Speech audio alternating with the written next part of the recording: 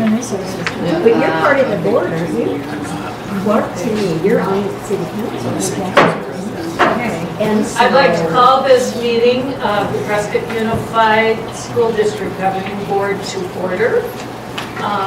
First, I'd like to welcome you. It's delightful to see so many smiling faces.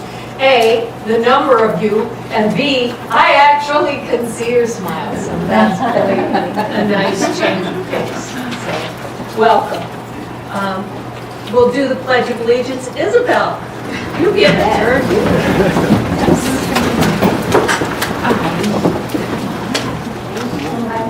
Allegiance to the flag of the United States of America and to the republic for which it stands, one nation under God, indivisible, with liberty and justice for all.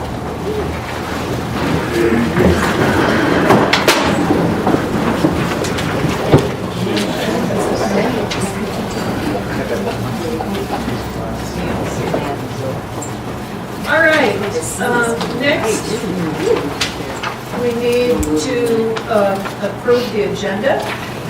Are there any additions, corrections, questions about the agenda? Could I get a motion? That we approve the agenda as presented. Second. It's been moved and seconded that we approve the agenda as presented. All those in favor say aye. Aye. Opposed? Agenda is approved. Likewise with the minutes. Any corrections, changes, questions on the minutes? Hearing none, could I get a motion? I move that we approve the minutes from the regular study and voting session meeting January 11th, 2022 as presented. I think we want to approve the February. I'm sorry, February 1st. Approve the minutes of the February 1st, 2022 meeting as presented. All right. Second. It's been moved and seconded that we approve the minutes from the regular study and voting session meeting of February 1, 2022 as presented. All those in favor say aye. Aye. Opposed? Minutes are approved. All right, we have several presentations tonight, and we get to start with one of my very favorites. So we are continuing to honor PUSD's employee groups each month with a declaration at our board meeting. In addition to the official declaration at the meeting, our superintendent and one or more of our board members are reaching out personally to extend our appreciation to the groups. Students, other staff, and families are also encouraged to thank members of that month's honored group through posts on the PUSD Facebook page or more directly to individuals. We want every employee to feel the love and to know how special they are to us. So we are therefore declaring March as Food Service and Grants Month.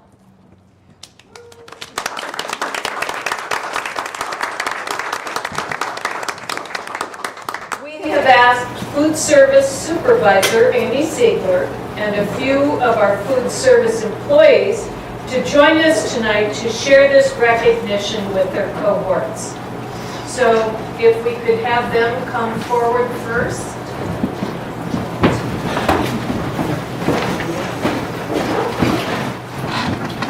Come on in, Will.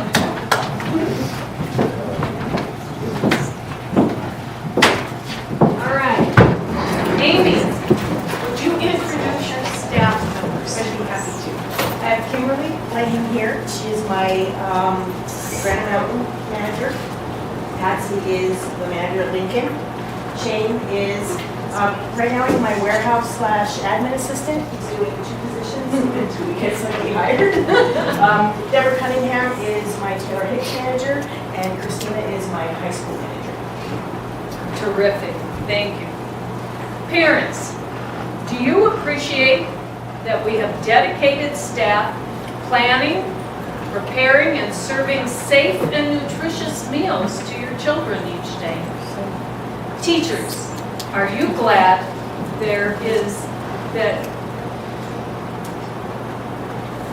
are you glad I missed a word in Are you glad there is someone to make sure your students are well fed so they can concentrate on their schoolwork? Students, are you happy to have a delicious meal to keep you going through the day? You can all thank our food service personnel for these things. Amy, could you tell us just a little bit about the kinds of duties and expectations for our food service employees? Yes, we are responsible for ordering, preparing, inventorying, serving meals to the entire district at Presque Unified. So every aspect of the food service industry we pretty much do. Managers have their duties at each site, they're responsible for each site, doing the ordering, and inventory, and quality control, and all of that kind of stuff at each site. Approximately how many meals do we serve in PUSD each day? Each day, right now, we are serving about 2,500 meals per day. That's breakfast and lunch. Thank you very much. The governing board hereby declares March as Food Service Month in PUSD, and we have a certificate.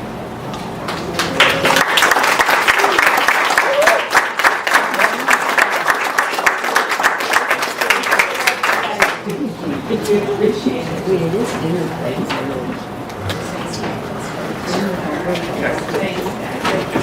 For a picture? Oh, yeah. Squeeze in. It's the sun. Most, here, why don't you stand right here? Very nice. Very nice. All right, everyone up here. Oh, you're gonna be Very nice. Thanks, guys. I recognize people. Oh, congratulations. All right. Now, we are also recognizing our grants department this month. These are the members of our grants department. Why don't you come forward when I call your names? Maya Caldwell, our federal programs and person. Jen Thompson, grants coordinator. Kelly Maddox, homeless and foster liaison and Indigenous Programs and Family Resource Center coordinator. You're busy, Kelly. Nicole Peterson, our ELL coordinator and grants program manager. And Darla Eastman, our ESSER coordinator and grants administrative assistant. We are also fortunate this year to have 2 AmeriCorps Vista members as part of our grant group. Martha Helsley, our student success coordinator, and Sarah, tell me how you pronounce your last name. Ravel. Ravel, who is our farm to school coordinator.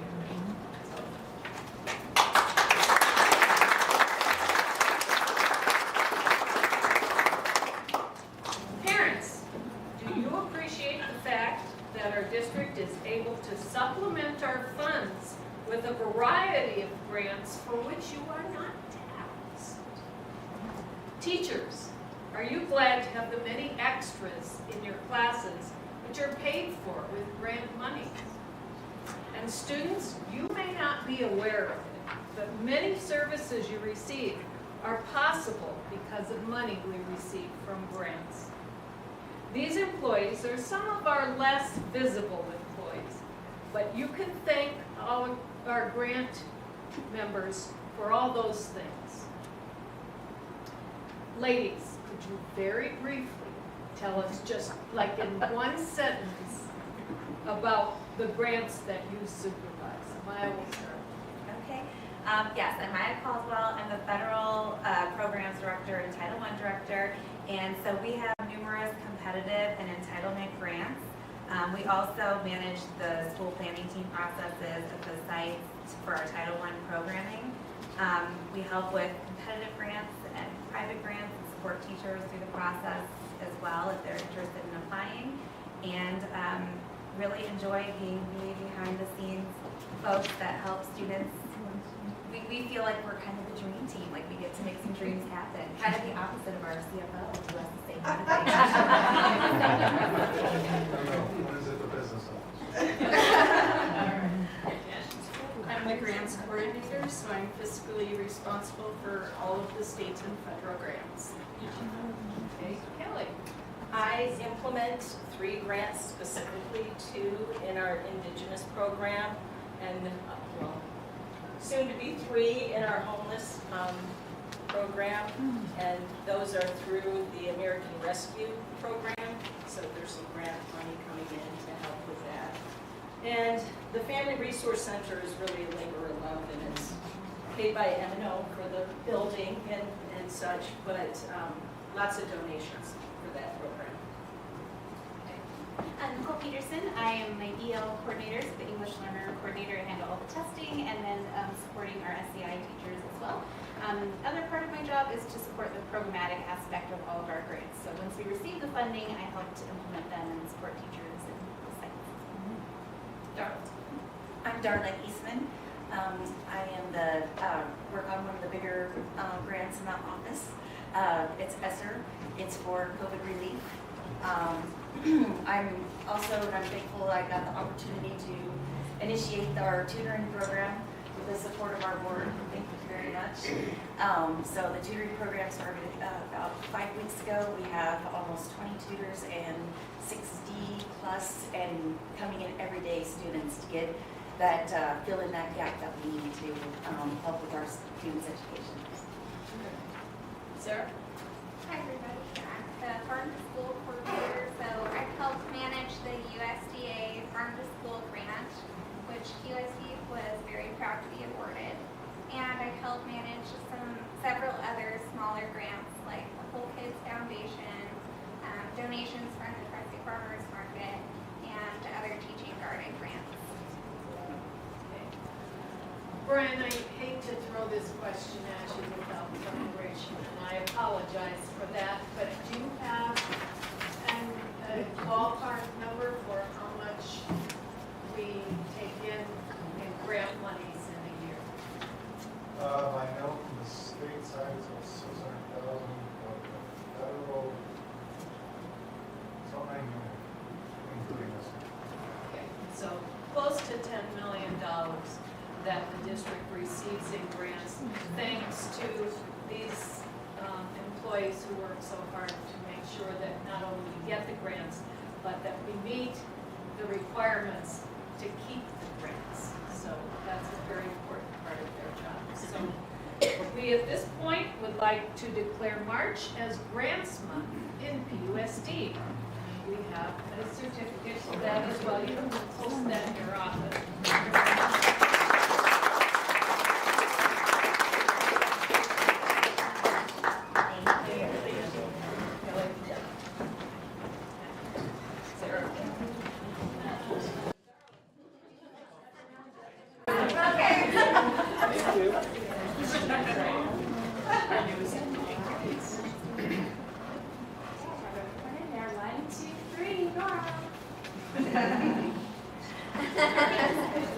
We want to thank all his employees for everything they do for the district.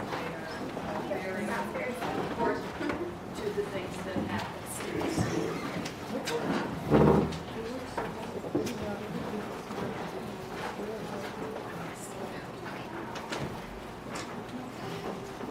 All right.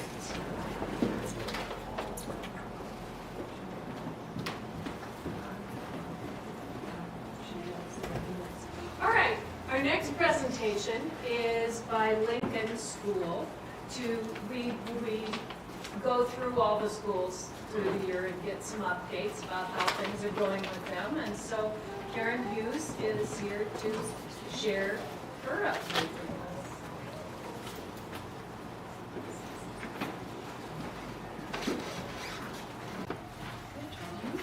Glad to be here, thank you. Very glad to be here. I talked to Joe last week, I texted Sarah a couple weeks ago, I'm like, everything says brief, short, and sweet. Do you mean that? They all reassured me, yes, that's what we mean. And I said, all right, that's what you're gonna get. First of all, I would just like to say talk about what makes our school unique and how we, provide what we provide and do what we do every day. And I go, oh, you just had all the people that make that happen, right? Last month, this month, I just look up there and I go, I see former Lincoln students, I see Lincoln parents, I see people that worked at Lincoln, now currently work at Lincoln. It's for all of our schools, so just an extra shout out to, yeah, that's exactly what you're doing. I love seeing that. Those are the people that are making us so great. I'd also like to thank all of you, the board and the district admin team, because on behalf of my school, we, and I know our district, but we have felt over the last 18 months incredibly supported and protected.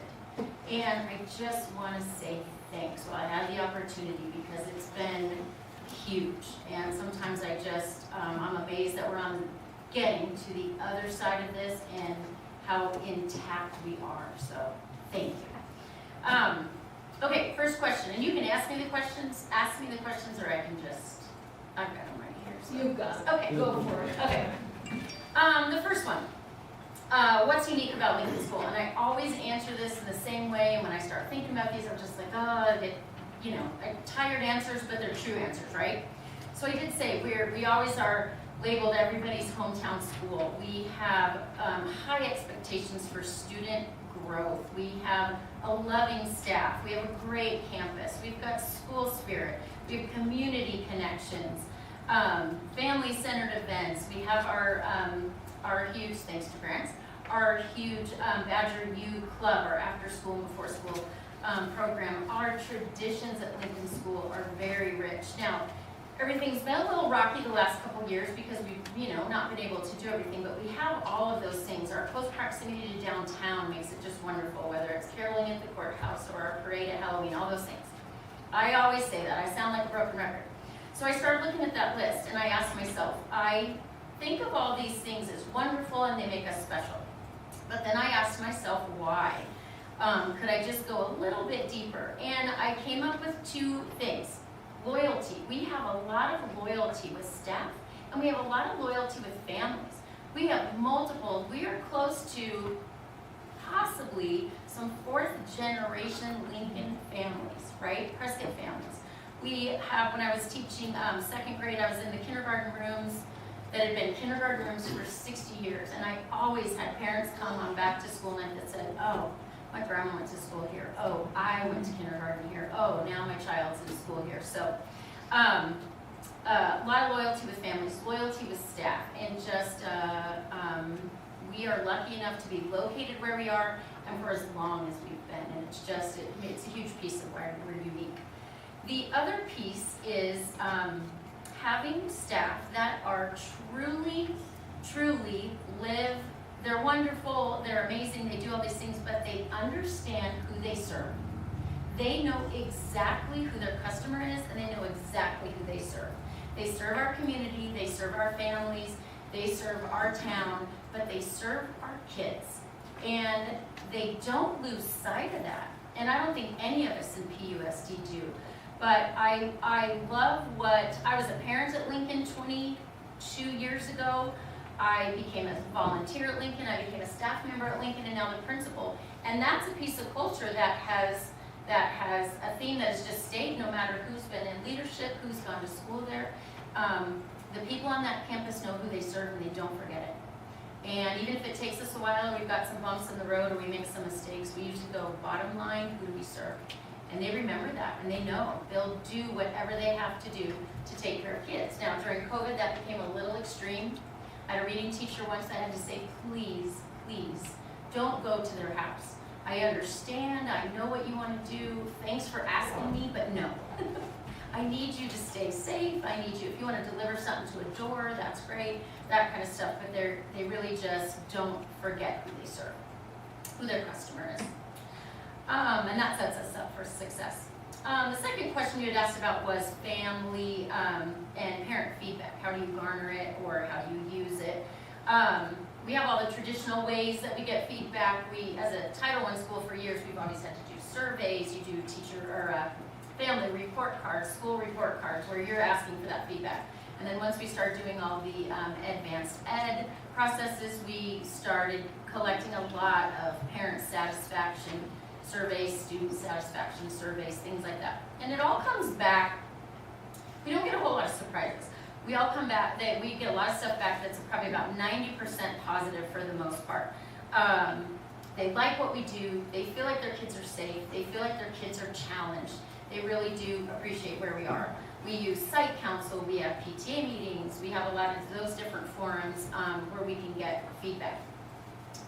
But what I really want to emphasize here is we have staff culture that is open to that feedback. We have reflective culture on our staff. We have learners, our staff is learners. I was just telling our district leadership team today, we have some people, some instructional assistants, we call them parapros, paraprofessionals, that are going to a reading seminar. They do like 3 Fridays over the last 3 or 4 weeks. And they love it. I was so impressed when they came back. Instead of going, oh, we have to go to this, or oh, I have to miss, or any, it wasn't. It was, thank you so much for giving us those, it was foundational reading skills and how can you help kids, and they loved it. They are learners, they are collaborators, and they take good care of each other in that respect. They acknowledge, I have great certified teachers that know how to acknowledge that subtle feedback. They know how to have a conversation on the phone with a parent. They know how to appreciate a parent when a parent needs appreciation. They know how to maybe draw a firm line when they need to. So I think they build those relationships, and then that feedback is an easy piece. Now, of course, there's social media feedback and the angry phone calls that get steered down this direction that Sarah or Joe have to get, or Brian. Where they've got to defend us, because you can't please everybody all the time, but I do have an incredible staff that is, no matter how that feedback comes, they're open to it. They know how to handle it, and if they don't, they come to me and we do it together. And we just, so we don't, I'm not constantly, now this year a little more than others, not fielding a ton of negative feedback, but we get it in all those traditional ways, but I love the way my staff handles kind of those non-traditional ways of feedback, those daily ways. So, we haven't done a parent survey in the last couple of years, but we will this year. We didn't do one that first year that we closed down because of COVID, did not do one last year, but we've got one in the works for this year. Brian, did I pass 2 minutes? The next one was, what do you do for students and families to get them off on the right foot when they start? Again, we do all those things like, I don't have a whole lot of families that show up at Lincoln that go, hey, we just got our dream job, found our dream home, and we're ready to start school. We have people that show up that go, well, I'm now coming to live with grandma. Or I just got custody of these kids. Or, well, we're in the campground, or we're in one of the RV parks, and we love our RV, but we're looking for a house. All kinds of stories you can't imagine. Traveling nurses, all kinds of stuff. And so we usually call Kelly Maddox over at Grants, and we get them set up for success. So if they're in transition and they need help with something, Kelly jumps on the cell phone with them, and they get what they need. And that might be a backpack, that might be a gift card for shoes, that might be help looking where certain things are in town, all that kind of stuff. And the other piece we focus on, so again, I guess I would say that's around service and connection to that family. Build an instant connection. That's how we set them up for success. We had one start yesterday. He looked scared to death, 2nd grade. Mom looked a little scared to death, but they get a great welcome in our office. They've already gotten a phone call. Sometimes they've gotten a tour. They've already been able to possibly email the teacher. And my teachers are so great about it. You walk a kid in who's brand new on the first day, and it's not the first day of school, it's February, or yesterday was February. And she just made that 2nd grader feel like a rock star, right? You'd think he was royalty. Everybody wants to be his friend and everybody wants to be his helper, and she just set them up beautifully. I think it's that piece of culture and service that helps kids just get on. We do all those other things to make sure they're set up for success. We also make sure that every piece of information, contact information that we have is double checked so it's accurate. Because really, if you're in any kind of transition or You're moving to town, you're getting a new job, you're renting, sometimes you're in a hotel and then they're in a place and all of that. You've got to have accurate email, accurate phone number, because that's how we contact these days. So we make sure, even just that they're not wandering around going, I wonder what's happening, I don't know what's happening, that kind of thing. And then make sure, of course, if they have IEP needs, if they have gifted needs, if they have anything else, that we get them connected to the right people. We build those relationships, we rely on that a lot. And then the last one was culture of expectations. What is your culture of expectations like at your school? Of course it's high. Of course it is, staff are continually learning how to encourage kids to be invested in their own expectations. What do you want and how do we get there together? We also stress high character and high behavior expectations. Because if we can get that in place, we have got a great foundation to help them grow academically. Great foundation. Teachers intentionally teach effort. They teach effort, what effort feels like, what effort looks like, what perseverance looks like. There's a culture of, yep, ask the question, yep, make a mistake, yep. I love the new buzzword the last couple of years of fail forward. Fail forward. It doesn't matter. Make the mistake, we're going to learn from it together. You hear a lot of teachers just do that kind of out loud thinking of, I do it on the announcements sometimes. Oh, Mrs. Hughes made a mistake. She said it was March 1st. It's not March 1st. March 1st is February 28th. That thing of making it okay to fail, grow. You come in at one spot, how are we going to get you as far as you can go? Teachers are constantly looking at how do we do this better? How do we raise those expectations? How do we do what we do better? It might be schedule changes. It might be curriculum changes. You name it. They're looking for it. So. Went fast. I said be short and sweet. Do you have any questions for me or anything else maybe that I didn't hit that you'd like to know about? Any questions or comments here? Just one, kind of knowing where Lincoln School is located, and I guess I just want to say thanks for working with the population that you do, because I know it's difficult. You get kind of a mix of all different types of socioeconomic backgrounds, and you know what I really appreciate about Lincoln is it's a neighborhood school.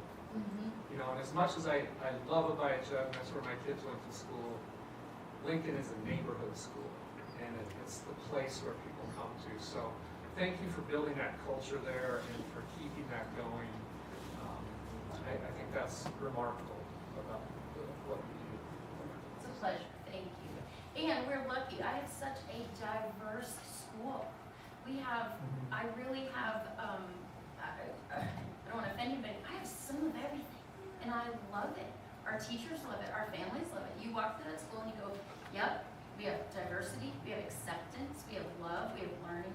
It really is, you feel it when you walk through, and I feel really lucky to be located where we are. And we're close to open enrollment, just so everybody knows. We're only if you're in our neighborhood, you get to come, but that's it. Because we usually end up having a really big class size, but yeah, so thank you. Yeah, I went to kindergarten there. You did, so you probably were in those rooms that I was talking about. Right on the front. Yes, the rooms. But it's amazing that the campus size has stayed the same for all these years. And so making the most out of what you've got is a real gift. And you know, I think that's something, also you've done a great job with that schooling. So thank you. Thank you, I appreciate that. We were going to split our twins up in second grade at Lincoln School, but one of the teachers was Karen Hughes, so we did not split them up. Yeah. I know they're musicians, but when they do become artists, I have original artwork from them. So you never know. They might choose that career and hang on to it. Thank you. Karen, I know that they weren't the questions we asked this year because we wanted to broaden out a little bit, but I want you to know that I still do pay attention to your goals and processes for achieving them. And some of the ones that I specifically noticed on your trilateral goals were your newly created intervention schedule and inclusion of interventionists. Can you tell me just a little bit more about that? Yes. My staff got really brave this year, and when we do our leadership days in June where we can get our team together. We have 2 solid days where we work on, we look at data and what's working and what's not working. And I think we had been thrown into such a place with COVID where people got brave about, look what we just did. Let's try something new. Let's try, and not, not out of the box, not out of this world or anything. But they said, look, we have a 4 days a week. Every student got a 30-minute intervention at their ability level. So you would have second grade had, let's say, 10 to 10:30, and every second grader either stayed with their teacher and maybe got enrichment, and then the teacher next door might take that next level that maybe high achievers and they need a little bit more challenge, and then you had kids that go to the Title I teacher, kids that go to the reading parapro, people that would go to math, all these different levels, SPED, all those things. And teachers begged and they said, when we do those days and we do some brainstorming and throwing stickies on the wall and what do you want? And they're like, we want more time in small group so we can truly call it an intervention, right? 4 days a week and we want at least 45 minutes. And I said, great, show me where you can squeeze those minutes out of this schedule. And they did it. They did it beautifully. We didn't have to change.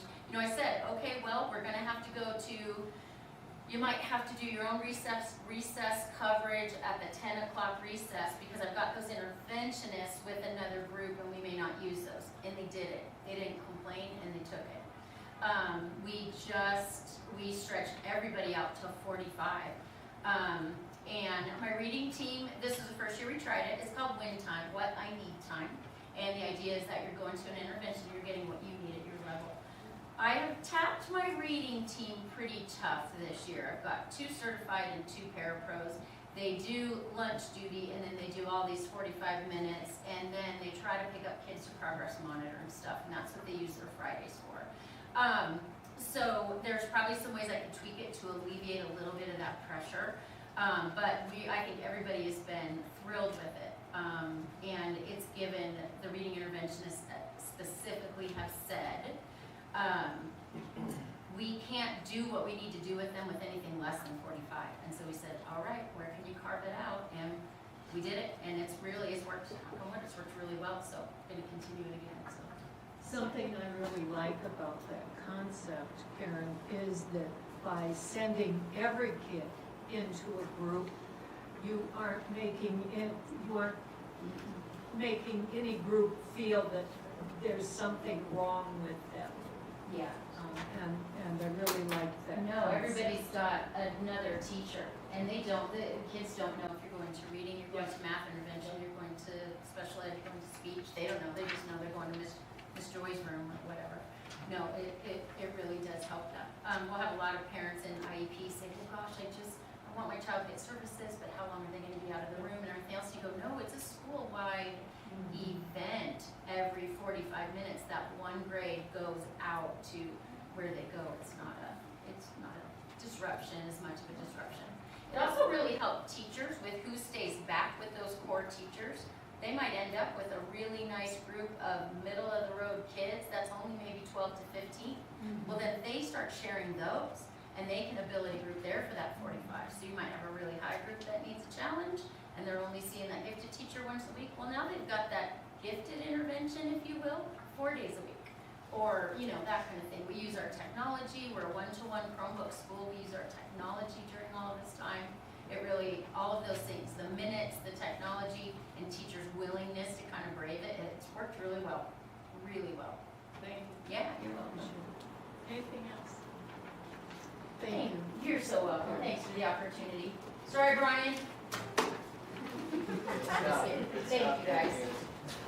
Our next presentation is a report on our homeless program. We asked Kelly to come and just give us a little information about what PUSD offers for homeless children and families, what her responsibilities are, and how we train our staff to work with these homeless children.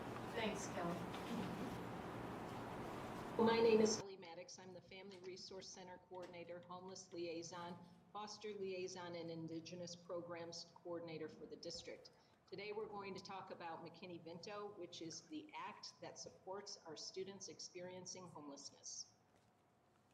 Today's topics of discussion under McKinney-Vento include what is the law and what are the responsibilities of a district homeless liaison? How do we train PUSD staff? The PUSD Family Resource Center and other supports for families in transition.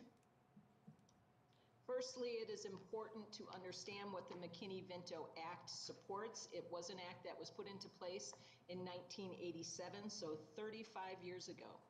Basically, the description of the program requires that children and youth experiencing homelessness be immediately enrolled in school and have educational opportunities equal to those of their non-homeless peers. The statute requires every public school district and charter holder to designate a homeless liaison to ensure that homeless students are identified and their needs are being met. As homeless liaison, it is very important to understand what the definition is under McKinney-Vento when it comes to homelessness. Homelessness is considered students lacking fixed, regular, and adequate nighttime residence. This includes children and families that may be living at a shelter, students' families that are doubled up with another family. Maybe they are living in a motel or a hotel. Maybe they're camping, they're unsheltered. That's always a possibility, as well as we include students that are unaccompanied youth. And that means they're 18 years old and they are experiencing homelessness and maybe couch surfing with friends from place to place. Here are the core provisions under McKinney-Vento. First of all, every LEA must designate a liaison for students experiencing homelessness who is able to carry out the duties described in the law. The most important provision is that we ensure that homeless children and youth are identified immediately and enrolled immediately in school and have full and equal opportunity to succeed in school. Therefore, at times we will waive their immunization record requirement, birth certificate requirement, or proof of residency requirement and get them enrolled immediately. And we seek that bit of information after the fact, but get the student enrolled immediately. District homeless liaisons are required to participate in professional development and other technical assistance offered by the state. I do this, I go to different conferences as well as work very closely with our state ADE director for homelessness, and her name is Sylvia Chavez. We also must ensure that our school personnel receive professional development and other support. We do have a McKinney-Vento video that we use on our safe school training, so we are assured that annually, all of our employees receive the McKinney-Vento training, as well as every new employee that comes to PUSD throughout the year. We also ensure that unaccompanied homeless youth, those 18-year-olds that may be experiencing homelessness, receive verification that they are in fact homeless, and this information can help with the status as an independent student for college financial aid and working through the FAFSA process. Also, we ensure that homeless children, youth, and families receive referrals to community resources through our Family Resource Center. We also disseminate public notice of McKinney-Vento rights in locations frequented by parents and youth. That includes our schools and maybe some public areas like the library, in a manner and form understandable to them. That means that we not only have it in English, but we do have our posters in Spanish as well. In a nutshell, the school district's responsibility are to train our staff annually on McKinney-Vento rights and procedures, designate a district liaison, which is myself, have a site liaison. That's not required by the law, but it is so nice to have our school nurses as well as our admin assistants at every school very in tune with students and referrals to me when there is a homeless situation. So shout out to them, love it. Also free meals when it's a typical year. We have the free and reduced lunch program where people actually have to sign up. When it comes to McKinney-Vento, they do not have to sign up. I refer them directly to food services and they are automatically enrolled immediately. Transportation is another thing we focus on. I work very closely with our transportation department, Kim Barker, Kathy White. They help tremendously on maybe going out of the ordinary to help a family that may be experiencing homelessness. They are very responsive and we truly appreciate that. School of origin means that we try to keep students in the school that they were in when they became homeless. Sometimes that gets a little difficult. There's some nuances with this particular provision of the law. If somebody went homeless in Phoenix and now lives or is homeless in Prescott, it's going to be very difficult to get them down to school into Phoenix every day. So there are best interest determinations that are taken into consideration, and so we work with that. Additional PUSD services, we have a tutoring program, as well as Shop with a Ranger, where students that are experiencing homelessness can go get $100 in clothing at either Walmart or Target through private donations to the Shop with a Ranger program. This is an excellent, it really helps to rid students that are experiencing homelessness of that stigma. We are very fortunate and thankful at Prescott Unified School District to have a family resource center, which is the result of an AmeriCorps Vista program about 7 years ago. But what we do through our family resource center is supplies, school supplies, hygiene products, clothing, community service referrals. We also house our teacher's closet, and we work very closely with district and community to provide space where necessary. We run our Indigenous program through our Family Resource Center when we come together and meet.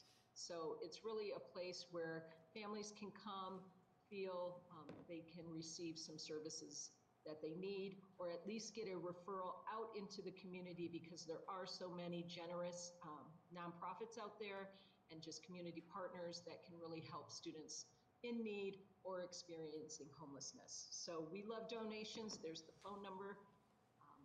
We love our Family Resource Center. To wrap things up today, I thought it might be interesting for you to know a little bit about the history of numbers for our homeless students at Prescott Unified.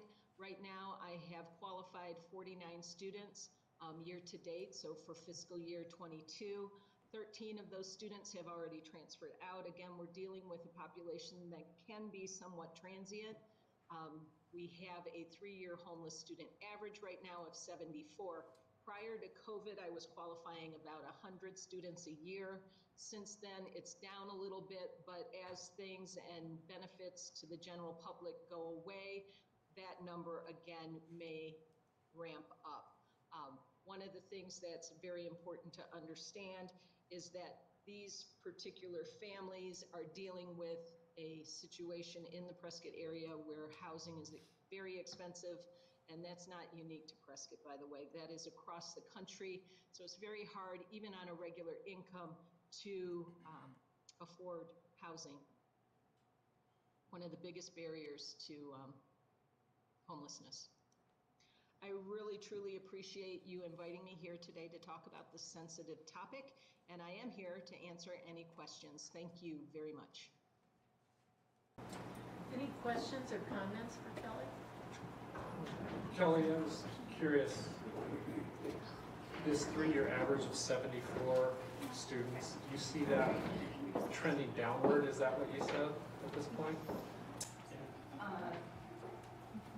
Not sure. Okay. So when COVID came, we saw a pretty big decrease in numbers.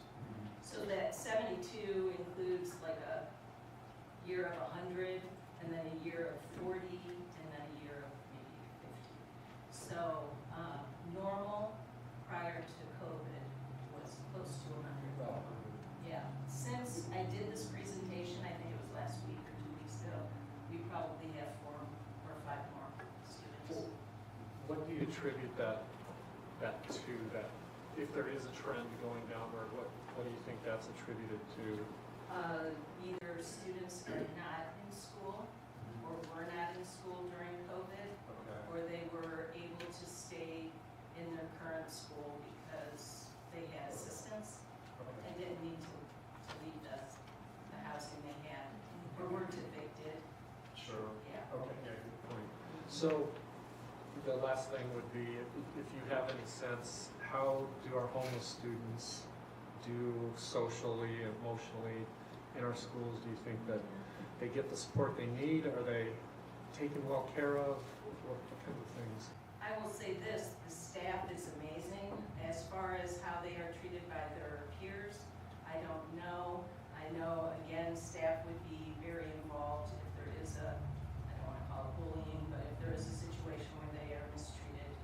A lot of times there could be some hygiene issues, just to be honest with you. Yeah. There's lots of different things that can go on, and those kids can be, sharp and to the point. So, but by staff, I get referrals, even if it's a question. And a lot of times they'll come to me and just ask, can you reach out to this family to see what's going on? So that's what I do. Thank you. Anything else? Kelly, I really appreciated your explanation of what constitutes homelessness. I think that's something that most people don't quite understand, that it isn't just somebody living on the street. So, thank you. Yeah. The last thing, I don't know if everybody knows this, but in Yavapai County, the median home cost is $416,000. The median rent is $1,400. So, and the median salary is about $50.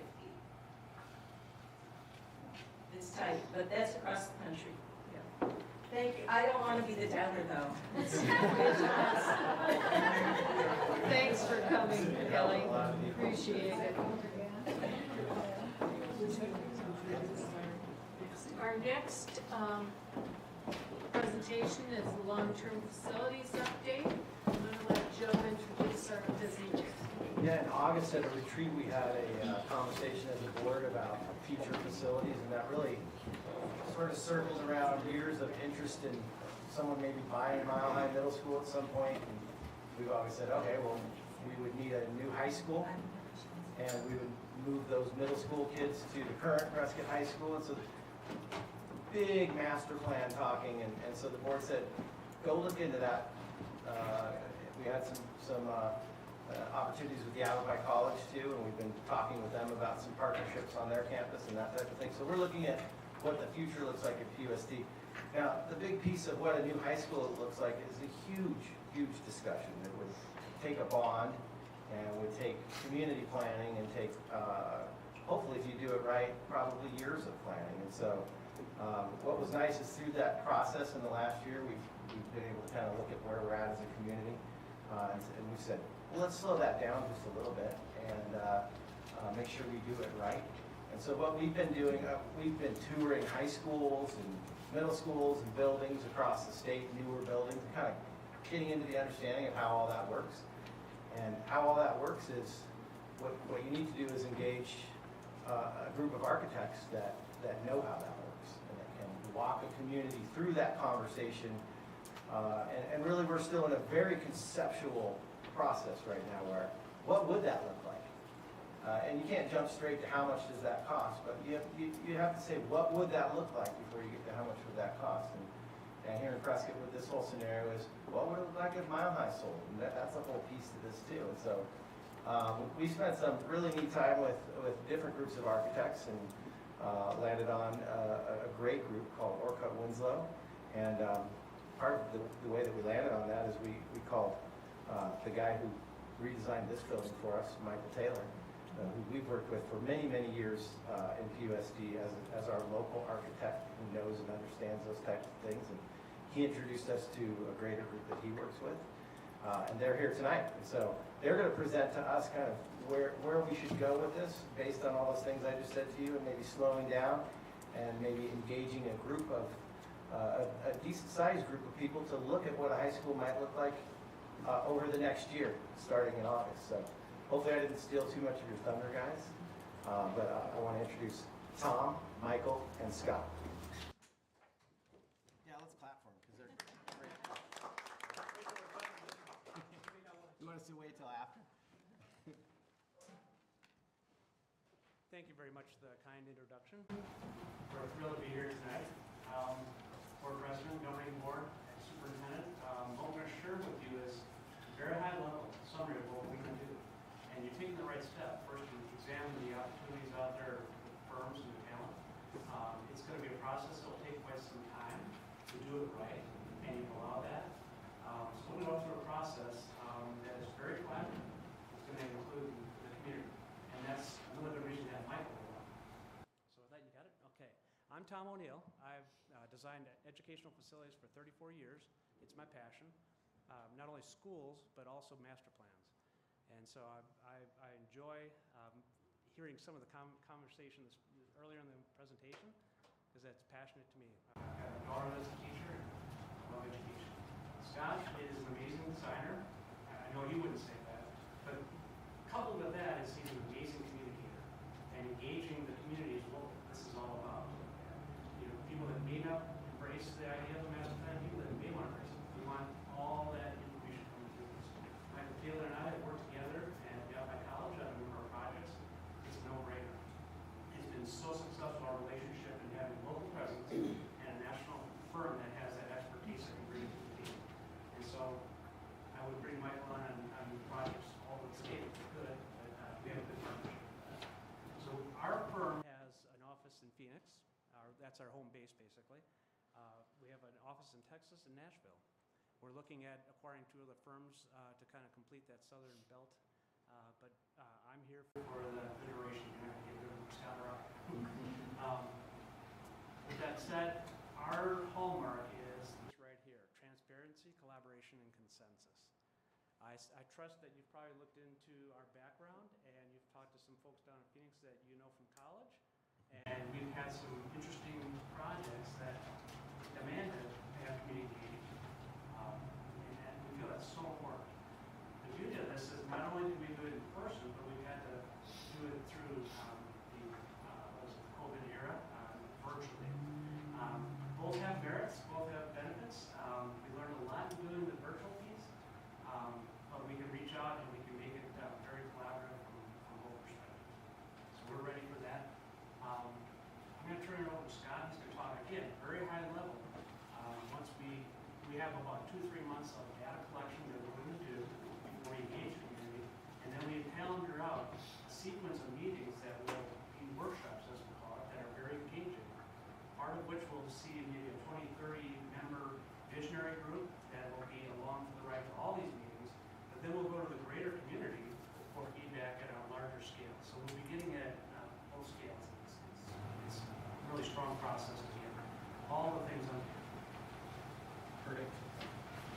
Thank you. So I'm going to read all of that text. You guys can do that for yourself. But in summary, going through this, I mean, I'd call it a meat grinder of a process, and that's what it used to say before I said that's not going to happen in a board meeting. But really, these 5 processes, they blend into each other, but they happen in a specific order for a reason. And so when we engage with the community, our favorite thing is to get the lay of the land, which would be that analysis and due diligence, and figure out what's there, who are the players, all of that type of information.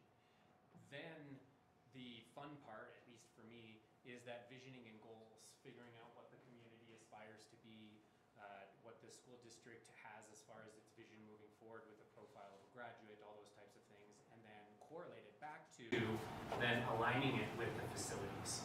And so if you just go straight to the end of this process and say we need a building and it has to have a cafeteria and all of those types of things and lay it out, that's exactly what you'll get, but without that insight early on with all of that visioning, then you can have these buildings and these upgrades to the district serve that greater purpose with great intention. And so that rolls into that prioritization and planning to make sure, okay, what happens first? Can we orchestrate all of these moves so that every time we do something, it is moving towards that end goal versus having to build something and then backtrack and then go over there and do something else and whatever else might happen without that prior plan. And then we know that there's going to be campaigning and execution of this. And so part of it is to get the community on board early on so that they are part of the vision so that it's that much easier to sell the rest of the community what that's in general kind of that process, and then a little bit set with that. The one play fly.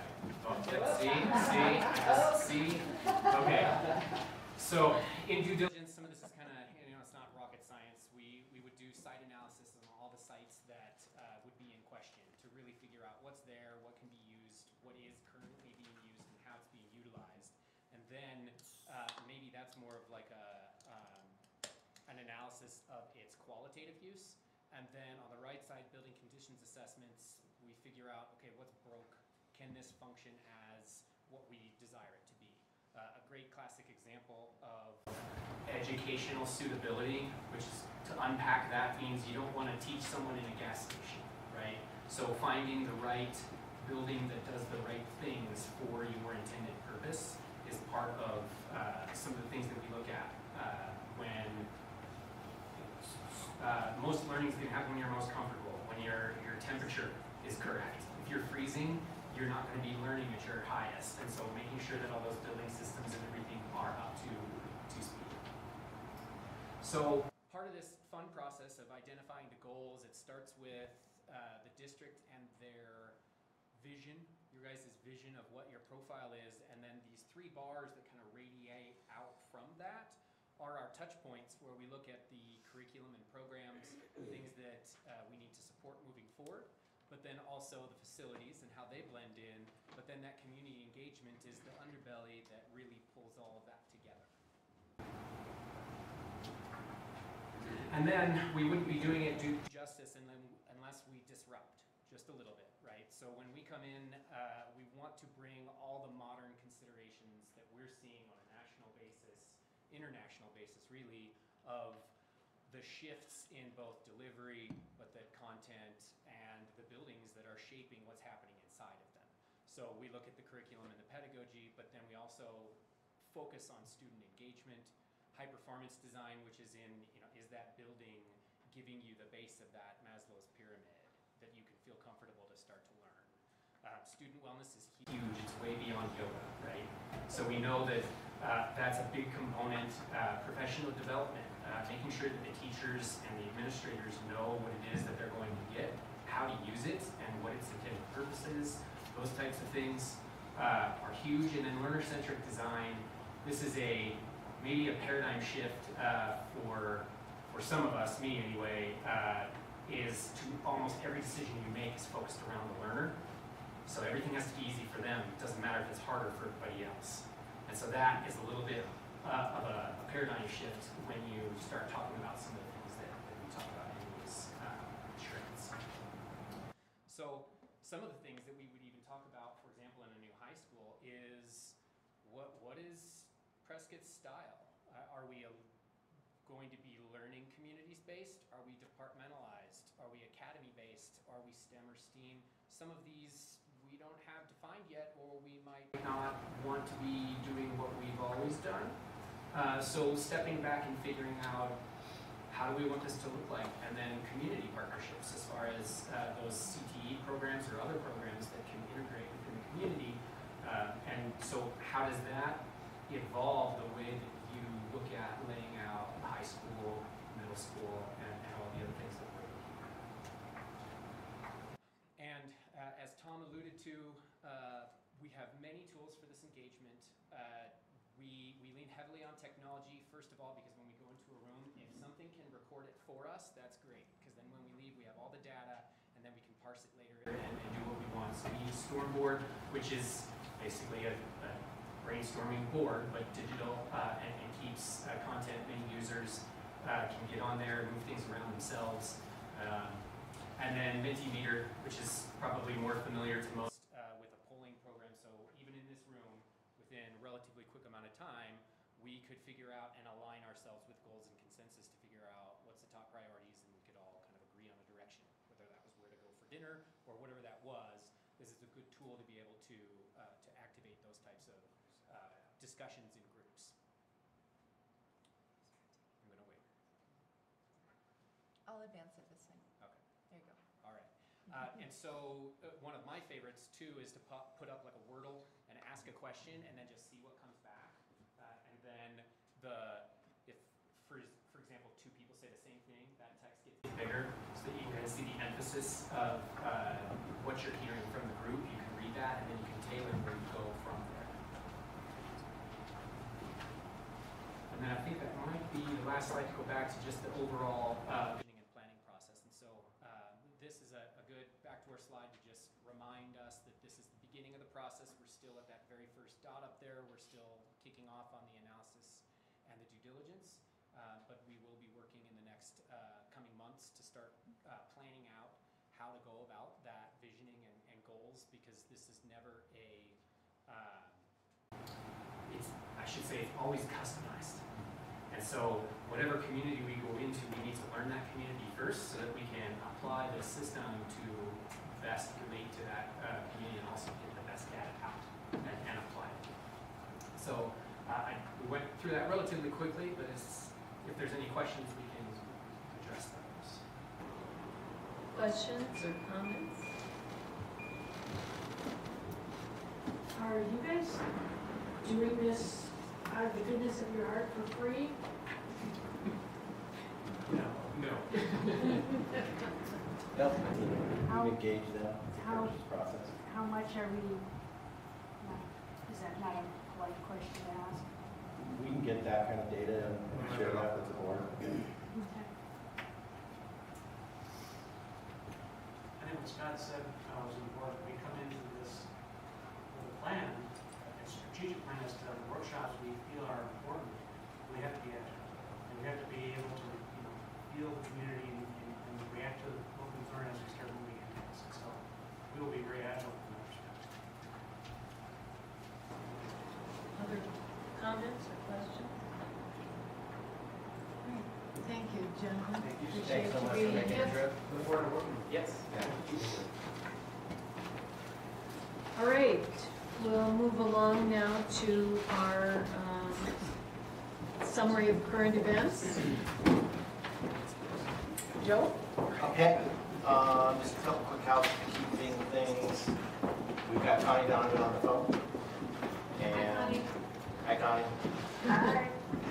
And I was going to ask Clark to move up to the dais just because I know you've got a few items to present tonight. So, and then Sarah Vincent is out because she's got a very big event happen in her life. And there's a picture of Sylvia who was born on February 25th. So we've got a new baby on board. And hopefully we'll get her around here sometime soon to say hello to everyone.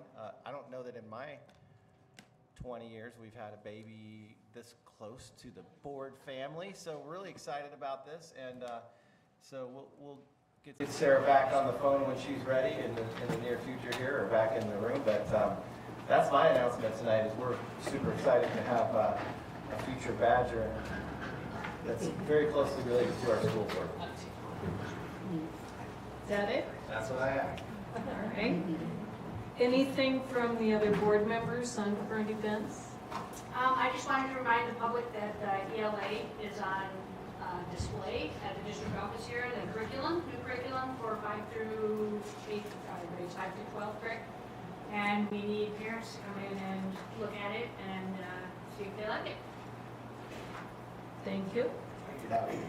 I would also just like to mention how pleased I am that the legislature relieved our concern over the aggregate expenditure limits. So that's certainly a relief. So, all right. Moving on to the consent agenda. Are there any of the items on the consent agenda that anyone wants to ask questions about or comment on? As always, I just wanted to say thank you to all those people that donate money to the school. That's fantastic. You guys are awesome. I decided this month when I went through this to, instead of pointing out specific gifts, who gave them, but point out a little bit about what they went for, or what the gifts were, or what they went for. For instance, one was a saxophone for Mile High Middle School. Another one was for the high school baseball program. to the Science Center field trip for Granite Mountain, Discovery Gardens preschool, just their general gifts, the Prescott High School Can Do Award, and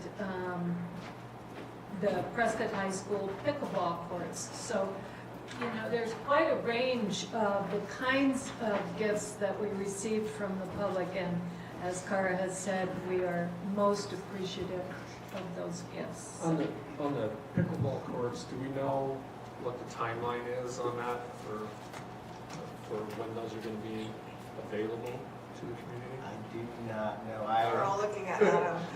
Adam's hiding in the back. I can tell you they were working on it like the day or two after we presented it here. Yeah, the fencing portion has already started to be built. The next step will be actually putting in the courts themselves, though most of that is already laid down. I'm not sure that 100% of the timetable, but the best news is it's moving, so we've got it coming. Good, thank you, Adam. We'll move along, or no, I guess we need to vote on the consent agenda. This is one of those, oh yeah, I forgot. We need to vote on the consent agenda. Could I get a motion? I'll move that we approve the consent agenda presented. A second. It's been moved and seconded that we approve the consent agenda as presented. All those in favor say aye. Aye. Aye. Opposed? Motion passes. All right, we're moving into a relatively packed study and voting session. Sarah, were there any requests to speak? All right.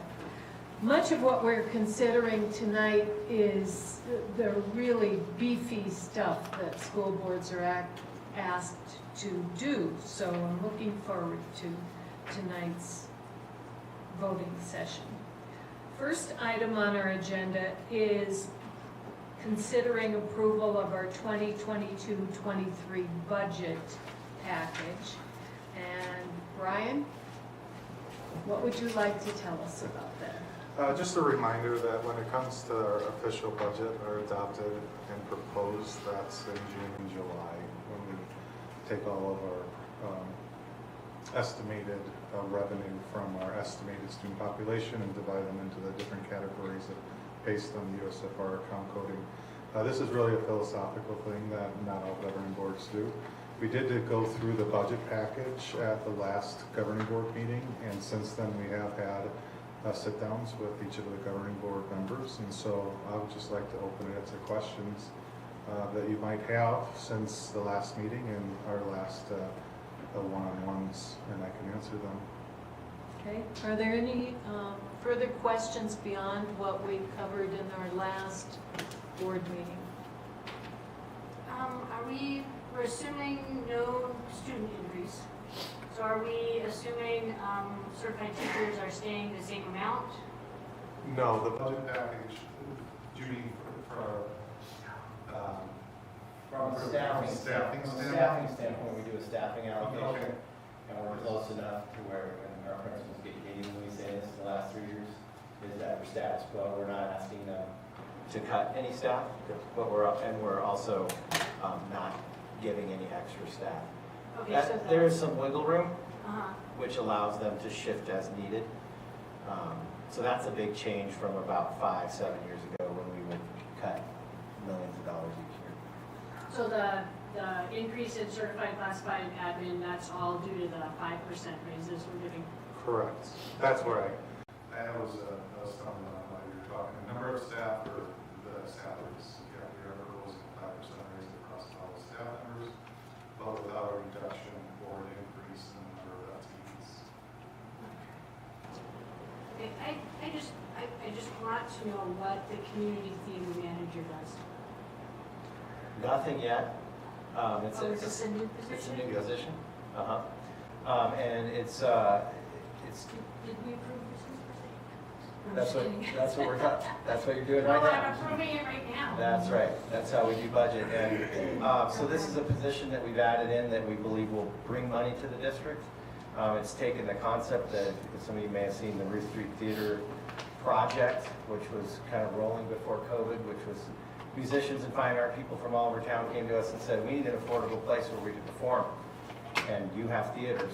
And we said, absolutely. And so we got to the point where we were about to create a season and schedules for people to come in. And of course, they pay to rent our facilities and they make money. We make money based on tickets and things like that.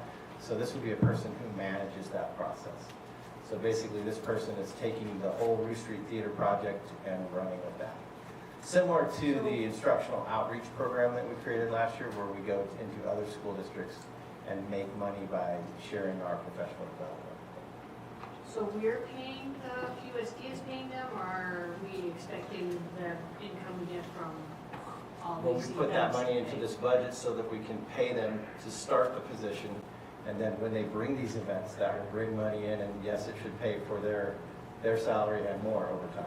Yeah, the ultimate number that you're seeing is what we believe the cost of salaries and benefits will be, and that will be if they didn't bring it in or through revenue. The biggest thing we can control when it comes to revenue is our civic fund, which is the rental of our buildings. It pays for our marketing, et cetera. So in the best case scenario, this person would go out and solicit business, and it pays for itself and brings in additional revenue to the district. What can we do with that additional revenue? Like where can it go in the budget? We put it back into the buildings. Into the buildings? Right. So it's a civic account based on civic opportunities with our community coming and using our buildings. And we have a fee schedule for that, and we charge for that. And, this piece would enhance that in terms of looking at a whole ticketing piece, so that where we're charging folks, or sometimes we wouldn't be charging folks. We certainly see our retirement community as a group that will come in a lot. We certainly see this as an opportunity for, has anyone ever been to one of our jazz band shows or one of our choir shows? It's world class, and there's 20 people there. And we need to fill it with the people of Prescott. I think our retirees would just love that. So we'd probably look at some discounts there or even some free nights. But we're looking at bringing in local groups. We have lots of choirs, lots of orchestras and things like that that are interested in this. And then we would also hope that this person would solicit some outside groups that would generate more interest. And again, maybe our kids would open for them, or they would open for our kids. Okay, so can we just go down the rest of these? Can I ask one question Sure. about this particular thing real quick? Will this also then include those events that are held at like the Mile High Field downtown? This person will coordinate those types of events as well? More so in Hendricks Auditorium, which Right. is very underutilized right now also. Right. And right now we work with the city of Prescott on those, as you know. So that person could be involved in those. But this is more like engaging the fine arts community and bringing them in to those theaters. It's more about theater usage. Okay. And we're probably, if this is approved, we'll be looking for someone who's been part of that industry, who understands how that works. Okay, so what is the City of Prescott partnership position? C&C. Community Nature Center, we're looking at doing a possible split for staff over there. Right now, we've been sending kids over there for the last couple of years in the This city. is the park next to Yep. Granite Mountain. Yep. So we're looking at paying for some of the positions that are teaching our kids, or maintenance, or? This is when Ellen Basher came and did that big presentation of all that outdoor environmental ed that she's been doing with our students. We take our students over there and they align the lessons to our standards. It Right. really coalesces nicely with Granite Mountain STEAM program. This is a huge benefit for our students. So yes, it's to teach these lessons that are aligned to our standards. With the other classrooms being needed. We've been doing this with a partnership with the Community Nature Center without really an organizer. It's been more work on teachers and more work on the Community Nature side. And so this is a partnership position that will. Oh, so this is just a leadership position to put it all together? Yeah, we're probably looking at splitting a director and assistant director, but that's yet to be worked out with the city. Okay, so the city's still paying for those people that Correct. Yeah. would patrol around the park. That's not And this. all that. Yes, the rangers, yes. And, okay, district admin restructure. What are we restructuring?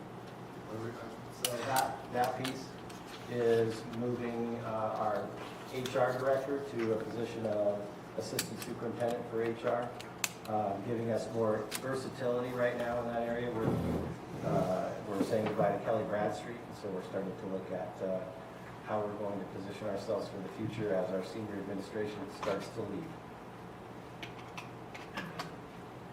District nursing, that's just an overall nurse for all of the schools? Sorry, I'm not used to this kind of detail before. We cut nurses about 10 years ago because we were cutting funding. And so Miller Valley and Lincoln were both cut to nurse aides, so we did not have RNs in those schools. And so this is the notion to bring that person back as an actual RN at the school. And the instructional coach expansion, that's making up for Kelly leaving? Partially, and we use the instructional coaching team in lots of different ways over the year.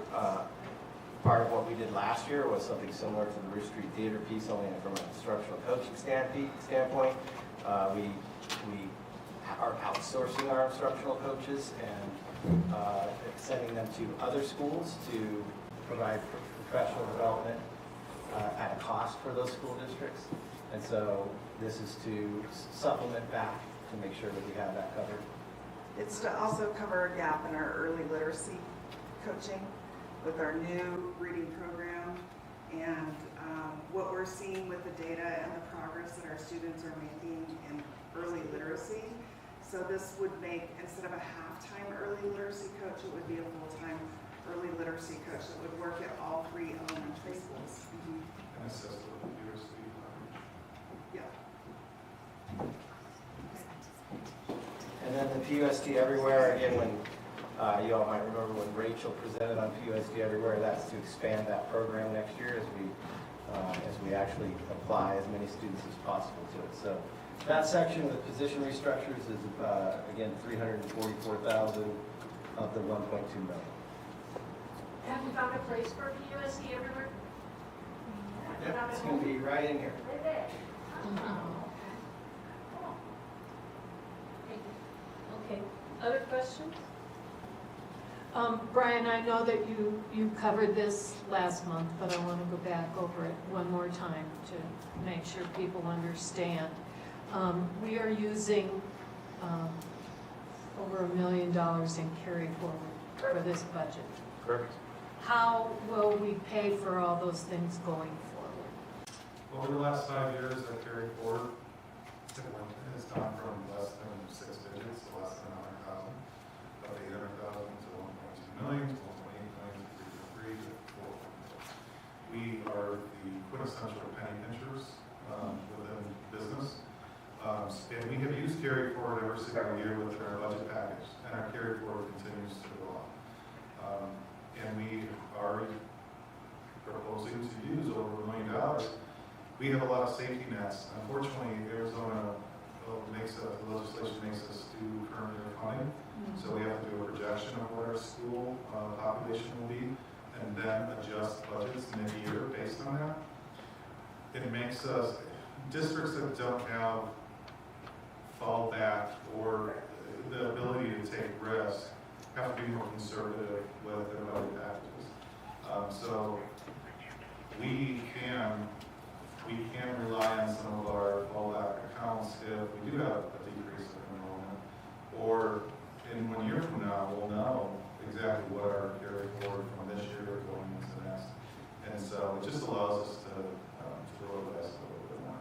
And we have done this for the last 3 or 4 years in our carry forward percent program. So it is our expectation that we will replenish that carry forward money through the year. Yeah, and we'll be able to see, okay, so our carry forward from last year to this year, either stayed status quo, our student population didn't go up. We may have to, atone for, some budget cuts in next year's budget cycle, depending upon how things, the dust settles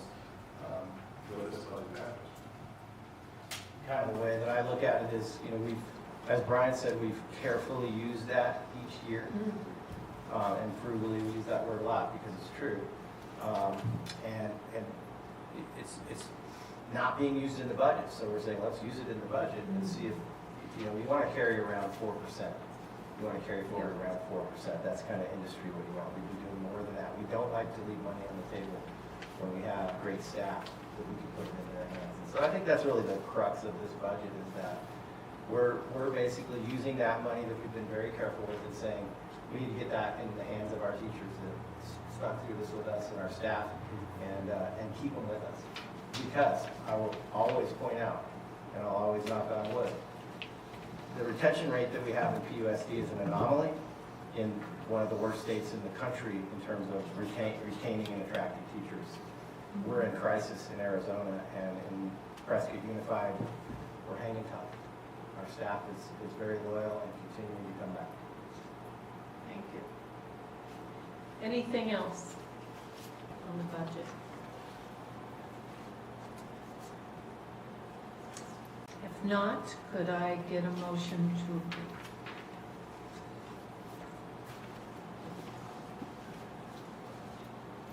I move that we approve let me read this correctly. I have the correct agenda pulled up now. I move that we approve the 2022-23 budget package based on enrollment projections, increases, decreases, and salary increase options as outlined in the attachment FY23 proposed budget package as presented. Is there a second? It's been moved and seconded that we approve the 2022-2023 budget package based on enrollment projections, increases, decreases, and salary increase options as outlined in the attachment FY23 proposed budget package as presented. All those in favor say aye. Aye. Aye. Opposed? Motion passes. Moving on, we are looking at the proposed salary placement schedules that Clark has put together. Clark, would you like to speak to this? Sure. This is not my preferred position from which to do this. I've been really comfortable standing up there. My strategy in board meetings has been to sit in the uncomfortable seats so I could stay awake all the way through, and that's been pulled out from under me. Thanks a lot. Cara has assured me that if I start to snore or nod off, she'll elbow me, so it'll be okay there. So this has been presented to you. We've talked about this at the last couple of board meetings as well. We've been doing comparisons to salaries in other school districts in the area and throughout the state for some months now. That's something that's going on in PUSD and other districts, I'm sure, for years. And as it mentions here, when budget conditions allow, we look to make moderate increases to our salary placement schedules. Budget conditions in the past have not always allowed for that, but the reactive budgeting that our board and our district leadership did years ago has been replaced with proactive budgeting. And it's put us in really the kind of penny pinching that Brian has talked about has put us in a situation where we do have a moderate surplus to be able to make some increases to our salary schedules and current wages to continue to attract great employees. So we've looked at each classification of employees across the district and made a proposal for the board. This will still in every area keep us below state averages. We're not wanting to be below state averages, but this is what we have available at this point. But we're moving closer all the time. Last time I remember talking about this, 5-6 years ago, we were 12 or 13% below state averages for teachers, and everybody's moving up all the time. I think we're gaining a little bit of ground because of the way that we budget things and are careful with our money here in PUSD, and we think that this proposal will keep us competitive, whether we're talking about paraprofessionals or high school math teachers or bus drivers. Happy to answer any questions you might have. What was the philosophy behind the decisions you made to put this together? In terms of the figures that we landed on, is that what you're asking? And, yeah, great question. And the number of categories and so forth. Yeah, great question. On the categories, that's carryover from previous years. That's been, with very few exceptions. We're looking at just what PUSD has had for years in terms of the different categories. In terms of the figures that we landed on, we looked very carefully with our salary comparisons at other districts. Most all of the districts within about an 80-mile radius, and took an average from those. Some are far above PUSD in terms of what they offer. Some are significantly below. We looked at those averages, and we particularly looked at our local kind of western Yavapai County school districts and saw where are they at. If we land just a little bit above that, that'll probably keep us with what they're doing this year as well. They're probably bumping up a little bit. If we propose just a little bit above where those other districts are right now, that'll keep us really competitive and give people the option as they're looking at coming to Prescott and teaching to go with the district they most want to go to, because each of the districts pays roughly the same. We've had situations in the past where people they've said, gee, there's a math position available in Prescott, there's a math position available in District B over there. I gotta go to District B, they're paying $3,400 more, and this puts us in a position where that's no longer the case.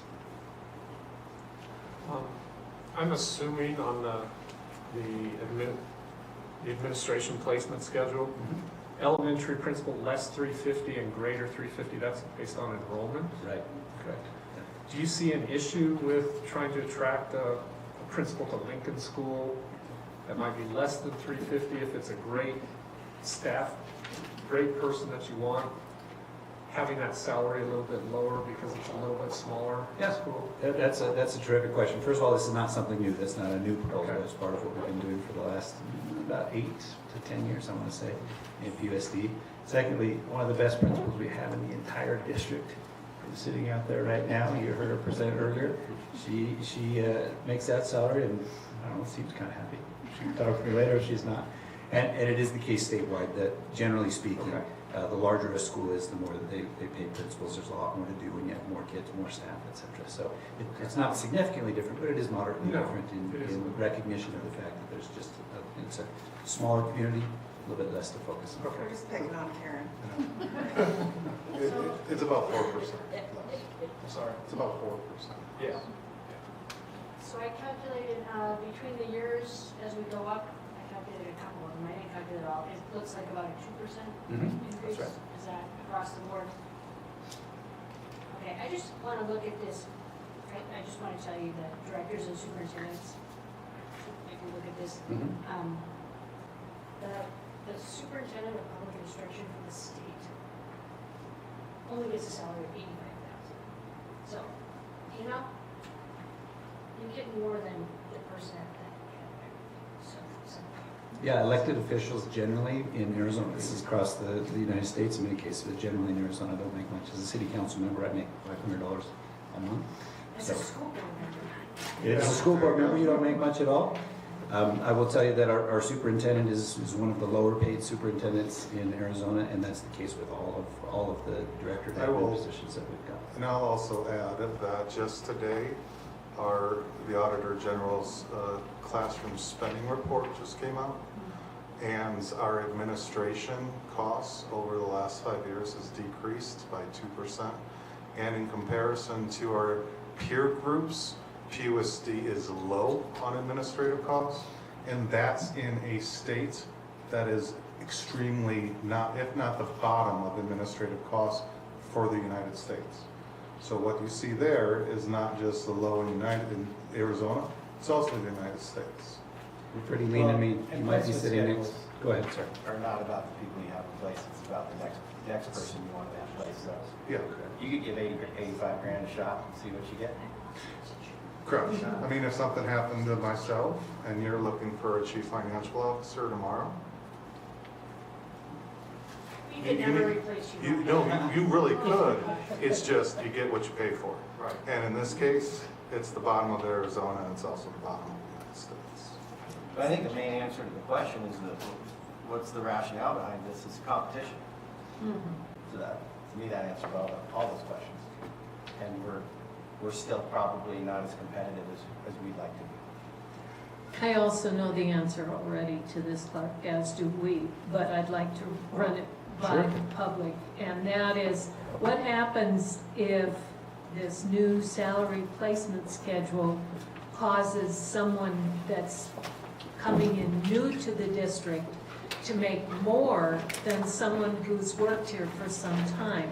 How are we handling that? Yeah, that's a great question. So over the years, as we have had raises for current employees and we've looked at salary schedule increases, we've generally done about half in the salary schedule what we've given in raises. So if there's a year, for instance, that there was a 3% raise for current staff, we've added 1.5% to the salary schedule. So for the most part, without looking at enormous raises to the salary schedule, there's really no chance of that mathematically. Leapfrogging is sometimes what we refer to that as.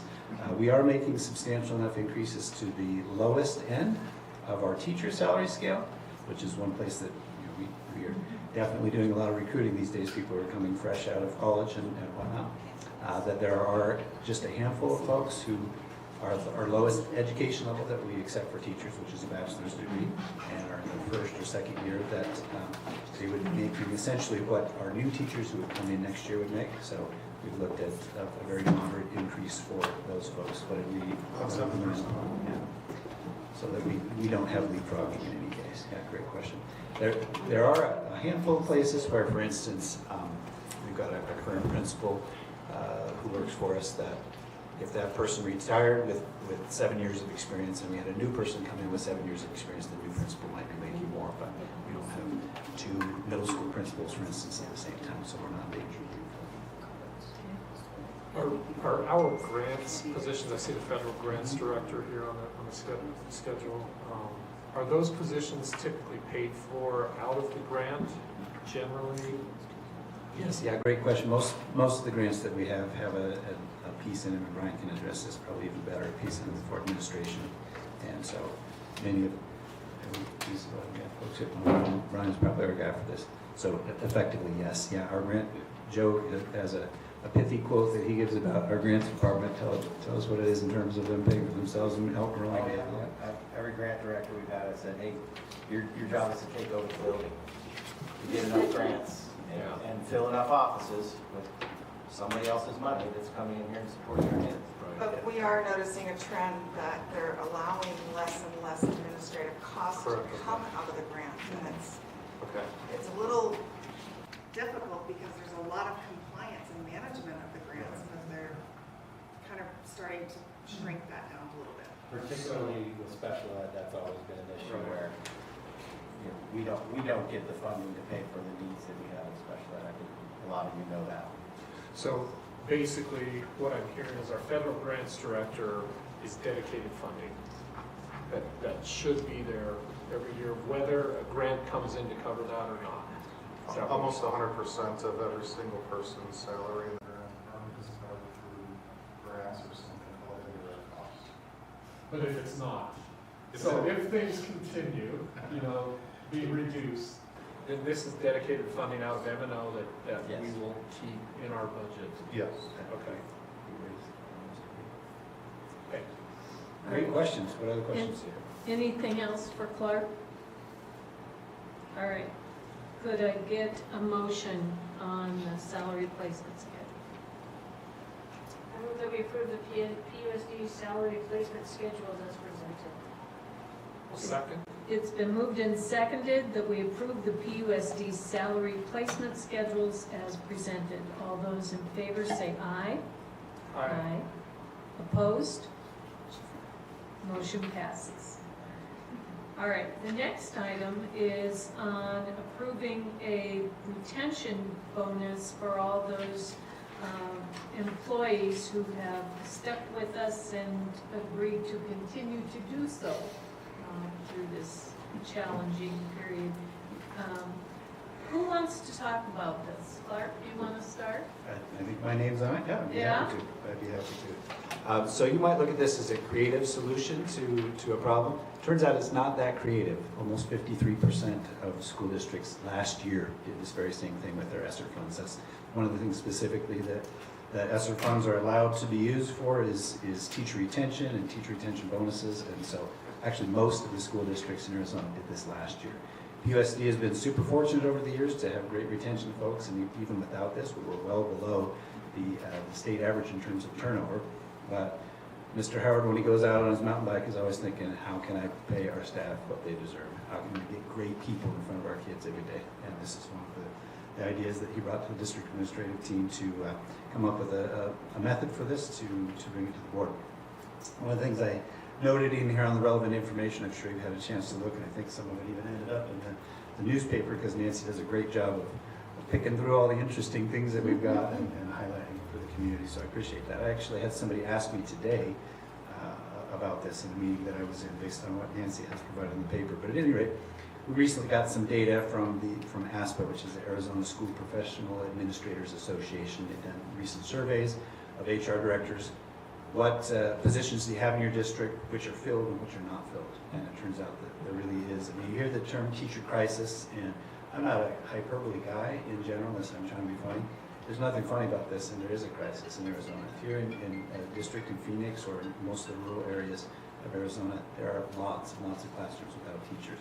They're pulling in substitutes, they're combining classes, they're taking people out of jobs that they should be doing elsewhere to come in and be in front of kids. There's over 2,000 K through 12 teaching positions right now in Arizona unfilled. Here in Prescott Unified, 0. Don't say that too loud. We'll talk a little bit more about that later. But at any rate, to keep that being the case, we've come up with, again, a solution, not a creative solution, or picking away at that a little bit, and it's to offer retention bonuses to folks. So we're looking at a moderate amount, $1,500 for folks who will sign their contract for next year, those who are offered contracts. We do have a huge class of our employees who don't get contracts, which commit the employee to the school district for the coming school year and commit the school district to the employee for the coming school year. They have at-will agreements instead. Those folks were not in a situation where we can legally say, here's a retention bonus for you, because they could take the retention bonus and potentially in a month or 2 months or whatnot be elsewhere. So we've come up with kind of a creative solution there, offer some professional development that will really help them. On March 10th, which I think is next week, yep, we've got 6 different colleges and universities from Arizona sending representatives to meet with all of our classified staff in the Ruth Street Theater to talk with them about low-cost ways that they might finish their degrees, and or if they have a degree already, get a teaching certificate. So we're hopeful to add to our bench that way and get some folks who have thought about that before, didn't really quite know the path forward or how much it might cost or whatnot, get some good information. Either way, folks show up and get the information, do some pondering on that. That's when we give them their bonus for that. So that's what this is about. So questions you have for me? Any questions on this? Just to be clear, this is ESSER money, so this is not coming out of our carry forward. This is not money in our M&O budget now. This is grant money, basically. It is, yeah, exactly. And our ESSER funding is substantial enough that we're still able, we can do this along with the other board priorities that you've set out in terms of capital improvements, filling in the gaps that have occurred academically with kids from COVID, et cetera. Those are our top priorities, of course, because those have been given to us by the board. But this is a piece where we can show teachers we do respect you, we do care about you, and we get that we're sitting right next to the lowest paid teachers in America, and that's not okay. We're going to do a little bit of something about that. And I'm sorry if you said this and I didn't hear you, but my ears are ringing. So, what do you expect? So, if we approve contracts to go out, which is a board item, do you expect many teachers after contracts are out to say, nope, I'm leaving? I know you have an idea right now of who is staying and who's going, but do you expect much bleed off from those that have said they're staying at this point? Yeah, great question. So when we offer the contracts, there's actually a clause in the contracts that, like we say, the school district is committing to you for the entire year and you're committing to the school district. Right. So there is a small financial penalty if people do leave, so it's actually pretty rare once people sign a contract that they do leave for. First of all, they've committed to be here. That's what they want to be doing. That was what they had in mind when they signed the contract. And there are some pieces that help keep them pointed in that direction if they start to feel like, maybe I could make $2,000 more doing something else somewhere else. But even, so if contracts are offered starting tomorrow morning, they have a month, ready to go. Correct? They've got 15 business days, and because we have spring break in there, effectively a month, yeah. It's Okay. March 30th. So roughly a month to say yes or no. Do you expect many of those that you'd expect that have said they're staying to maybe say, at a change of heart. I see what you're You're not saying. seeing that? Yeah, great question. We do have a handful of folks every year that are surprised to us. They've been looking at other opportunities and whatnot. There will be some of those. We've asked specifically this year for people to be proactive and say, if you know you're going, can you tell us now so we can get these posted? And we've been fortunate to post about 25 positions so far out of about 400. So we're doing pretty good in terms of turnover. But yeah, we certainly will at each site have 2 or 3 folks who say, oh my gosh, we didn't realize that you were heading to Colorado or Phoenix or whatever. And that's why it's always life happens stuff, but my guess is it will be less this year because of some of these notions. Right. And hopefully now, like we've done for the last 2 years at least, since I've been on the board, we're getting out these contracts early, gets those 25 positions, having an offer available to them. That's right. Okay. Yep, this is timely. Okay. Thank you. Yeah, you bet. Any other comments or questions on this item? Could I get a motion? I will move that we approve a COVID retention bonus for all PUSD employees as presented. It's been moved and seconded that we approve a COVID retention bonus for all Prescott Unified School District employees as presented. All those in favor say aye. Aye. Opposed?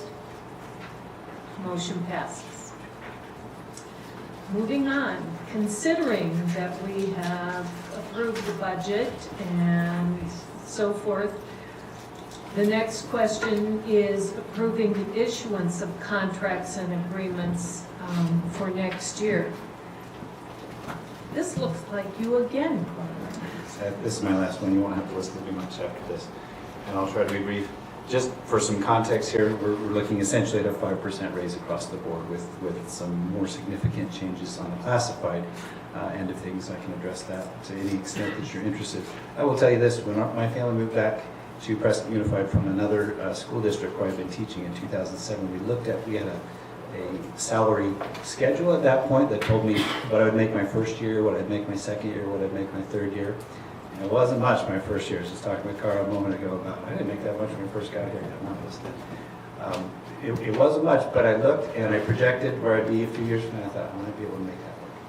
Well, it turns out, you remember 2008, what happened then? We weren't in a great place financially.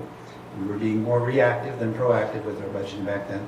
The first 8 years in a row that I taught for PUSD, we were frozen. No raises at all. It was crazy. It was a situation where my family was really struggling, and we talked about getting out of Prescott. We talked about getting out of teaching. I am so grateful that this board the last few years has directed our district leadership to not be in that situation, to take a look at what's necessary budgetarily to have raises available for folks. So we're looking at a 5% raise this year, which is great. If you bring up the fact that inflation this last year has been 7%, doesn't look quite as great, but we're doing what we can for sure. And this really moves us forward in a way. Again, for my first 8 years, 0. My last 6 years here, teachers have this, including this, will be up nearly to 30% higher than they were 6 years ago. That's a big deal. And what's the benefit of our approving the issuance of contracts tonight? Yeah, great question. Andy brought it up just a couple minutes ago. Doing it now puts us in a great position in terms of the timeline of things. A lot of folks are thinking about what next year looks like. We've already actually made a couple of offers to teachers for next year, things that we posted 3 or 4 weeks ago. Special education teachers got with us and said, ooh, special education teacher with great references. Yeah, you're hired as long as the board says yes here in a couple of weeks. So we made some tentative offers to folks already. Those folks told us that their districts had already gone through this process. So we're behind other districts in that respect. But we're not nearly as behind as PUSD used to be. We used to do this in April, May, and it made it tough to hire. This makes it easy to attract a good pool of applicants, which is terrific. I really appreciate the board being proactive in that way. The Valley gets going pretty early on contracts. They do, for sure. Questions? Could I get a motion? A motion approving the issuance of contracts and agreements to eligible Prescott Unified School District staff members for 2022-2023 school year.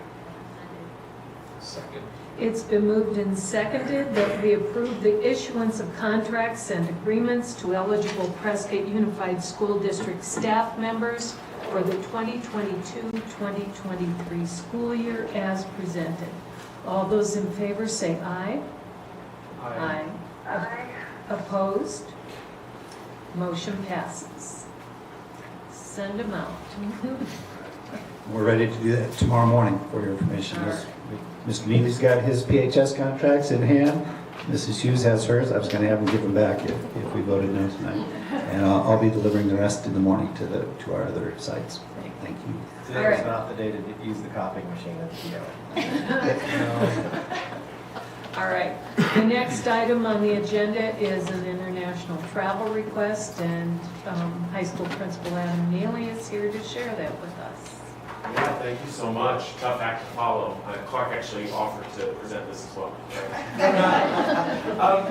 I am here to request a approval for an international travel. First of all, let me just tell you that this is an amazing opportunity for our students and staff, and actually some local parents as well. When we look at the full breakdown, it is a 10-day trip traveling to Europe. They will spend 3 days in London, 2 days in Paris, and 3 days in Rome and Italy. Excuse the serious amount of jealousy in my voice as I describe this trip. We have 5 staff members who would be going. We have 5 parents who would be going, and it is 25 students who will be traveling. So there's a lot to like about this. They are working through a company called EF, who is very renowned with these types of trips. In fact, we reached out the other day just to kind of try and ease some concerns, because we know there's a lot happening in certain portions of Europe right now, and so we were just trying to make sure that we were covering all bases. They gave us some great statistics. 460 groups traveled this month, 55 last week, and 38 more are departing this week. So it just gives you kind of a reference point of how much is happening with these groups and what we have going on. And it's just a really exciting opportunity for our staff and students, really, because I've got 5 staff members who are pretty excited about this as well.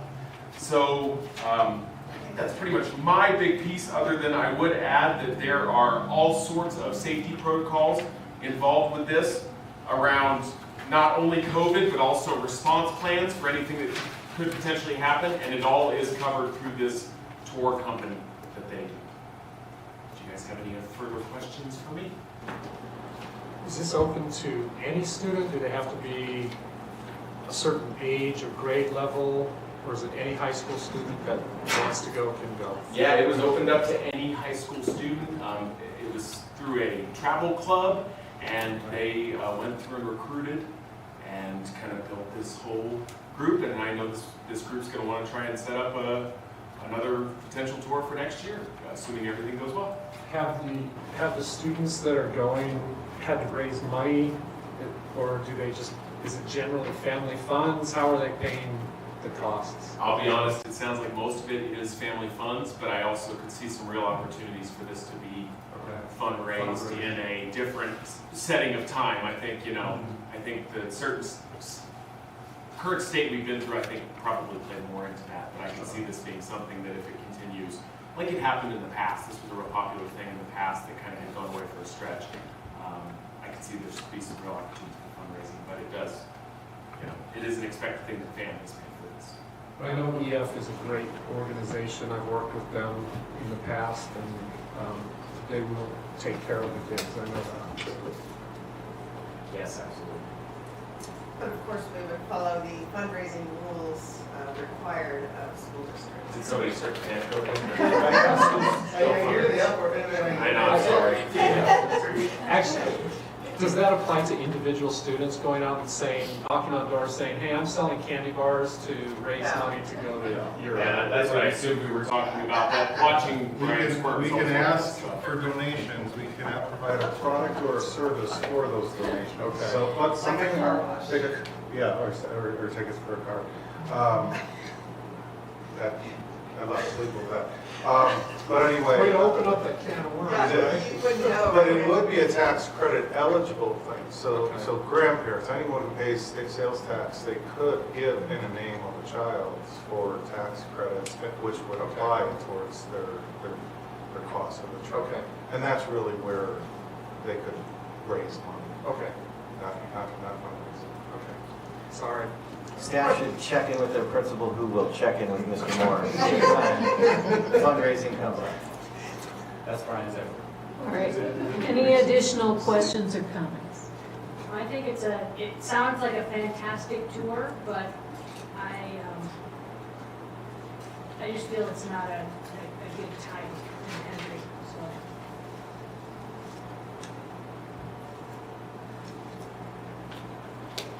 Could you repeat that? I heard something turned off.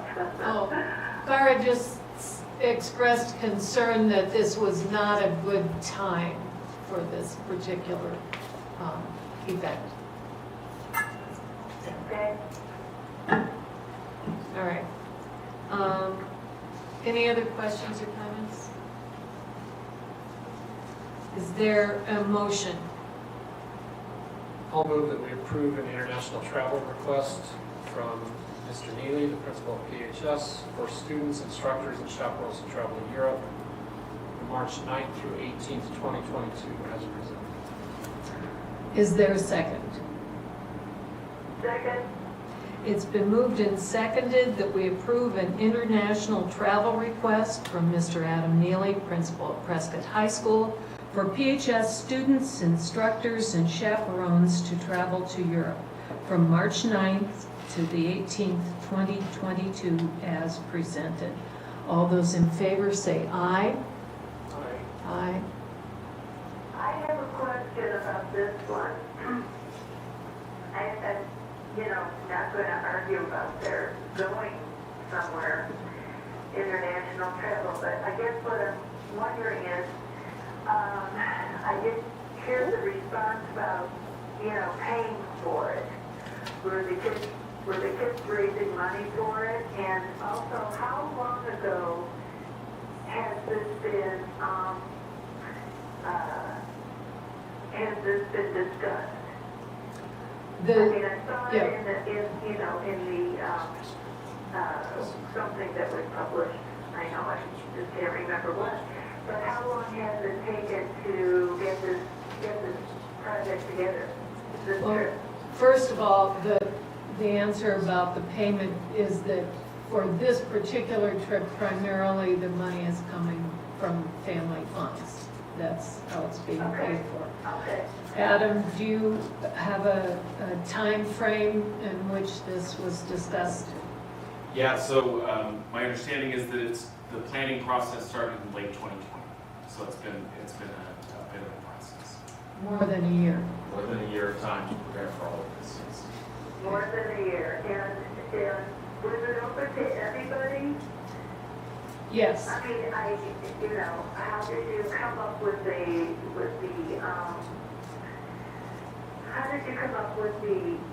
planning to, it's like Girl Scout cookies or something, was anybody able to go as long as they had the cash? Yes. Okay. Okay, thank you. All right, it's been moved and seconded that we approve an international travel request from Mr. Neely for the PHS students, instructors, and chaperones to travel to Europe, March 9th to the 18th, 2022, as presented. All those in favor say aye. Aye. Aye. Opposed? Okay. Motion passes. Nice spring break. Yeah. Motion passes. Okay. Thank you, Adam. The next item is a resolution designating Brian as the PUSD agent to execute applications on behalf of the district. Brian, you want to explain the reasoning behind this? Yes, so when the pandemic happened, essentially puts funds aside and has resolutions to help agencies and districts with specifically PPE, protective equipment. And so our Arizona DEMA, which is our extension of FEMA, put forward a process to try to recoup some costs of buying PPE. We started that a year and a half ago, and we submitted all of the PPE that we purchased in the first summer, and the list got narrowed down to about 70,000 worth of reimbursed PPE. And we are at the stage of hopefully getting a GAO approved, but in order to do that, you have to have someone on staff that is designated as the official agent that can request the fund reimbursement. So this is a federal requirement that we have this person. And yep, and we're at that stage where we need to designate someone, and You're the lucky one. and really it's the chief financial officer, because this would hold if there was anything in the future that we would be requesting funds from FEMA. Are there any questions? All right, could I get a motion? I'll move that we approve resolution number 1, designating Brian Moore, Chief Financial Officer, as Prescott Unified School District number 1 agent to execute applications on behalf of the district as presented. Second. It's been moved and seconded that we approve resolution number 1, designating Brian Moore, Chief Financial Officer as Prescott Unified School District number 1 agent to execute applications on behalf of the district as presented. All those in favor say aye. Aye. Thank you. Opposed? Just thank you. The honor. You're welcome. You're number one, right? That's what I wanted to say. Number 1 agent. Gotcha. All right, next item is Rachel is here to talk to us about an alternative school option.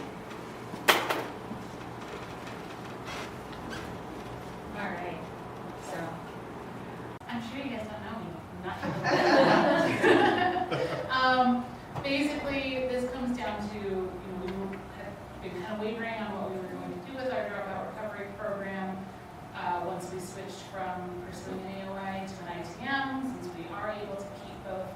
However, the kind of newish rules that we had been grandfathered in and not having to do, and now the state is saying no, we have to, is that our dropout recovery has to be a part of an alternative school.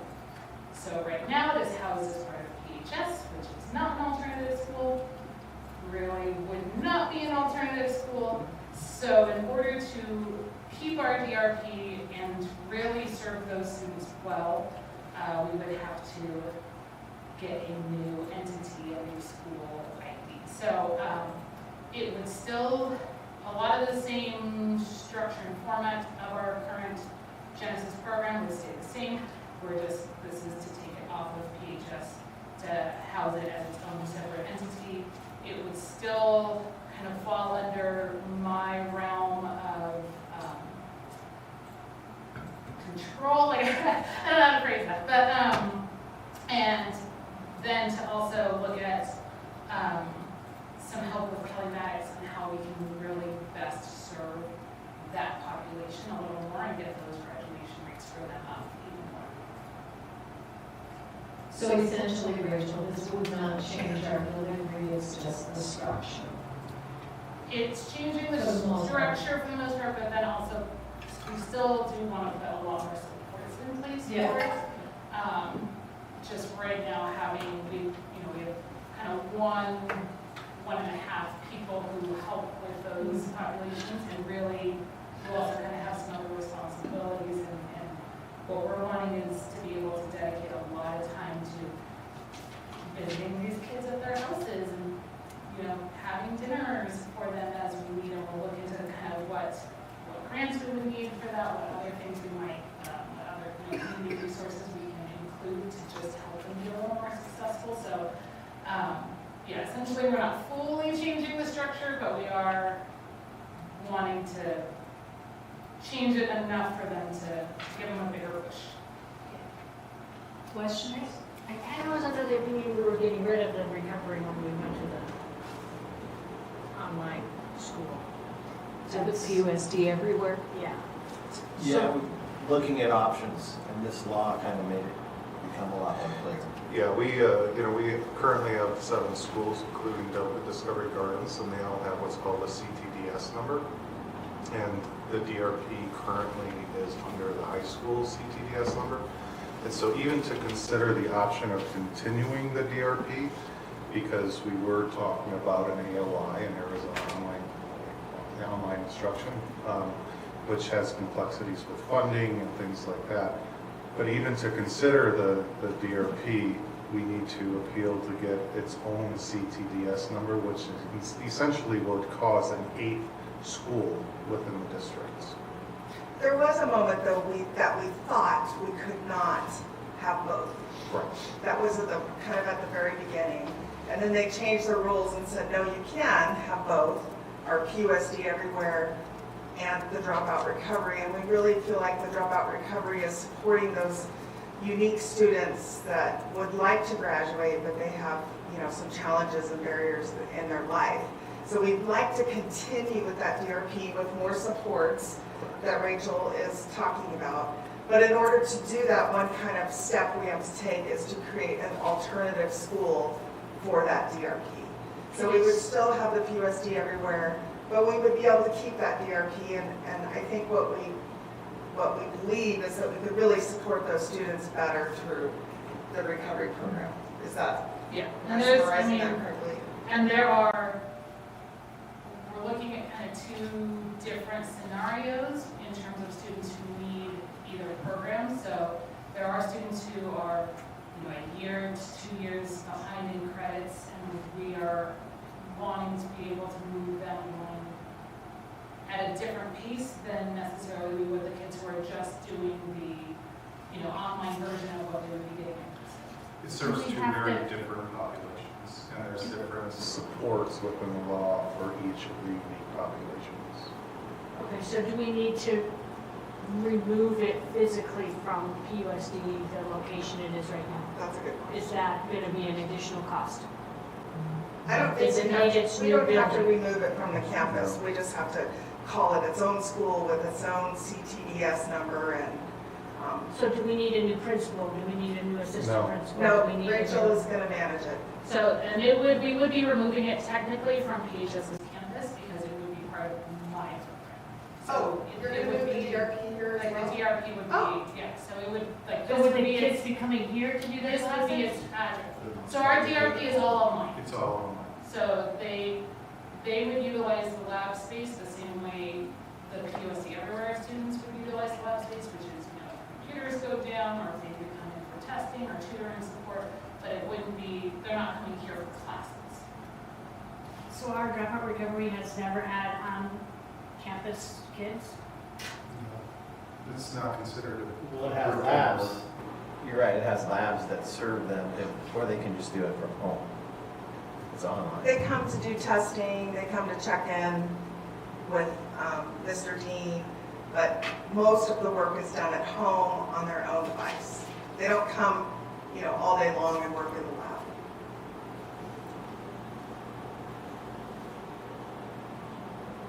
Okay, so it's not going to be a huge increase in cost. Nope. It shouldn't be. And the voting item is, Probably it's just free simply. income. The only shift that this will cause is within our Power School information system and how that data is housed. This also, if I'm correct, will increase the official graduation rate for Prescott High School, is that correct? Correct. In a big way. They're right now, the DRP's statistical information include testing and and graduation rate is blended with the brick and mortar student at Prescott High School. The law that they put forward saying you can't have it, you have to have an alternative school, which means a second high school would separate that group out when it comes to the testing data and the graduation rates. So would that be a different funding strand? Do we still do it all in PUSD, right? So Yes. It's not. It's all EDM based. And I think it's important to note, we're missing a piece here. There are not very many DRPs at all in Arizona in public schools. So this is a service that we've been offering for close to 20 years, 15 to 20 years. We're on two.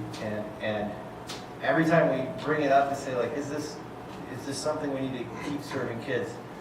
The folks who have been doing it get very passionate and say, what would they do without this? And what would this group of kids do without it? So a lot of this conversation is like the conversation we're having now that we've had throughout the year is, can we do this within our new ITM, within PUSD everywhere?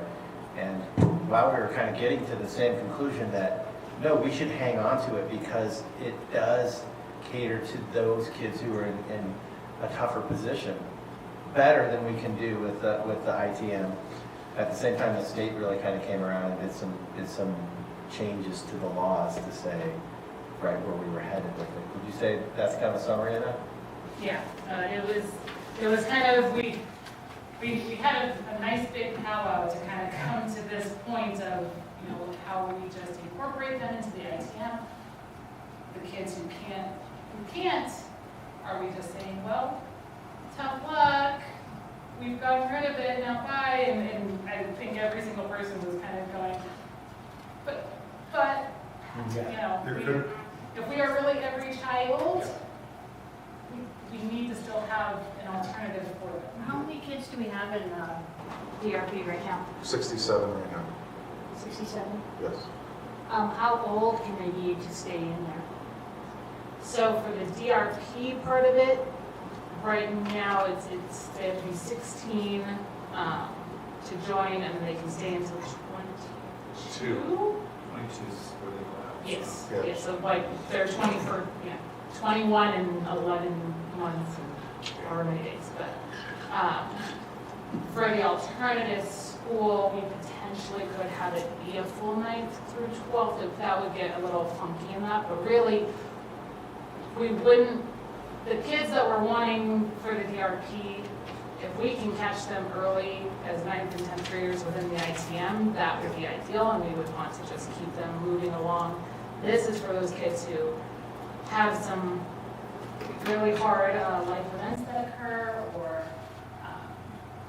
are so behind on credits that it's very difficult for them to catch up without some other options. Part of the law actually says that this is literally the last option of hope for these students. And in discussions with the ITM, we said there probably is a handful of the kids that are in the DRP could be successful in the ITM if we got rid of the DRP, but it wouldn't be without its casualties. And we would have students that went away, we wouldn't know where they have gone, and that's where every child every day came in, and we need to keep a program for these at-risk kids. And would we not be getting per pupil payments on these students? Correct. Yeah. So Rachel, So- as is with the enrollment that we have, the space next door will take care of both PUSD Everywhere and Genesis. Is that what we're going to continue to call it? We probably have to, Okay. because of the way we have to go about, Okay. And the staffing we approved through the budget package will handle it. So increased cost would be if we increase enrollment, which means we're bringing in more money. Yeah. So I think the vision is that we create this model program that really supports kids, and PUSD Everywhere, the flexibility we're adding to that to allow it to be a hybrid program where they could go to a school and do electives, be online, the Genesis to really support them and help with those graduation rates. I mean, ultimately, I hope we do have to grow. Take up a course with PUSD Everywhere. Yeah. And we currently have a staff dedicated to our dropout recovery program. And so that's not an increase. That will just shift under Rachel's supervision. So we're basically just creating a new number for this entity and moving it to Rachel's office or space. We're not hiring new staff. We're not bringing any new additional costs in. We're just giving a number to this so that it can be identified by the state as a school. Correct, that's what the voting item is. So, I would also like to clarify that we keep using the acronym DRP. DRP stands for Dropout Prevention, or Dropout Recovery Program. Not everyone might know what that is. Sure. And the last thing I'll say too, I don't know if this is current, but I've been working with this program for years and years, and because there's no other program like it in the area, it certainly draws and helps kids from all around the Quad City area and even beyond. I don't know if that's still the clientele that we're helping out, but we were seeking those kids out who were at their last step and saying, here's what we have for you. Other questions? All right, is there a motion? I'll move that we approve a new entity within PUSD to serve as an alternative school option for students in grades 9 through 12 and to house our dropout recovery program retroactively starting August 2021. It's been moved and seconded that we approve a new entity with PUSD to serve as an alternative school option for students in grades 9 through 12 and to house our recovery programs retroactively starting August 2021. All in favor, say aye.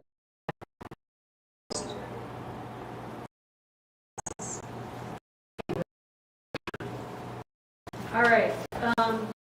The next item is our report.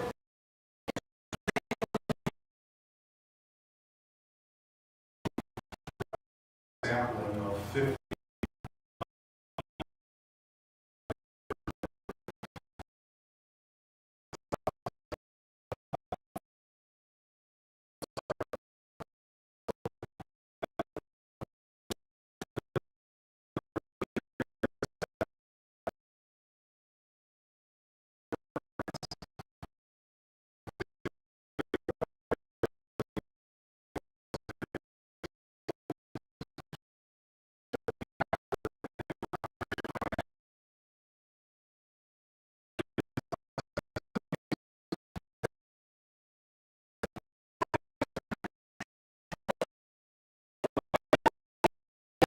The ACFR is something that the auditors prepare. It's deep level accounting, how much the district is worth based on assets. It's probably above almost every CFO's head. It's tough material. And it's just every financial aspect of the district in 177 pages. Is that what they mean by transparency? Yeah, if someone really wanted to know and could understand it, that 177 document has every single thing in our district, from every program to every grant to every single asset. So I relied on their summary that said ours was exceptional. Yeah. The two real, besides the 177 document, the SART that looks at those major programs for weaknesses. The thing to note on that is for, I think, third or fourth year in a row, we have no significant or material weaknesses in our programs, like our federal, and they did actually test the ESSER program this year. That was their testing. And then the compliance questionnaire, actually something to just be celebrated. I never thought I would see a single-digit compliance questionnaire, but out of the thousands of records and over 200 areas, we only had 8 areas and that they found non-compliance. And it may be 1 of 50 of the samples that they found something. There's no such thing as a perfect audit, and this is about as close as you can come. I would personally like to congratulate you for the excellent job. And I will say that that compliance questionnaire involves 150 of our employees, including every time a teacher collects money for a field trip, they cannot stay in the classroom. has to be receipted within 7 days. It must be in our Chase Bank account. So it has literally nothing to do with me. It has to do with every employee that You can pass my congratulations. I will pass it all under 150 and the business office as well. And except for that, before Brian came, we were almost in the triple digits. Yeah, we were 70 or so. You need to take some credit, Mr. Moore. Yes. Are there questions? I just have a quick comment if I could on this, because I presented for, I don't know, 20 minutes on. I missed you for it. Thanks. I fielded an email, I don't know, 2-3 weeks ago from someone who suggested there's no oversight there in PUSD, and my response to him was, it would be hard to find any organization that is more thoroughly and regularly audited than public education in Arizona. I stand by that. I've been absolutely astounded. I mean, I knew there was a ton of paperwork, but when I became a principal, all of the things that they have us report on and whatnot, holy smokes, and now moving into this position and working with Brian, we go blind on all the stuff that we have to report to the state. We've got a 5-member elected board that oversees us. We've got the county superintendent that oversees us and gives us guidance and support. There is nobody anywhere that's more thoroughly audited than us. And with the audits that we have, the findings that come out of that are fantastic. People can rest assured things are going very well, their money is being used well, and we are complying with all applicable laws here. And I will know they'd like to do this thing like change the rules without telling you. And so out of those 8, 2 of them were ones we didn't know about. And it was like as simple as a link. You need to have a link on your webpage that links to the school finance main website. We didn't have that. It was an audit finding. Who told you? No one. You found out in the audit. Yeah. So out of the 8, 2 were rules we didn't know you had. Are there any questions on this item? So what are we voting to just say that we got it? You were voting just to say we are accepting the 3 yearly audit packages that was presented. You're not voting to, it's a roll call to accept their product. And they were all included in our... And it makes this public document. And it makes it a public document, and you are aware of what we do every single year. And it's a new requirement. This is the first time any school district's doing it. It's not saying that we have thoroughly read it and just we. No, that's. And like I said, I did read through the summaries, and they were That's what you have excellent. depth. So Because I want to take some time to look at it, but I haven't had time. No, it's Well, good I can stuff. really yay just to say that yeah, we gave it to you. Yes, that's what this It's been is. made public. Really good. It's really, it's a roll call vote of acceptance. Yes. Is there a motion on this? You can say so moved.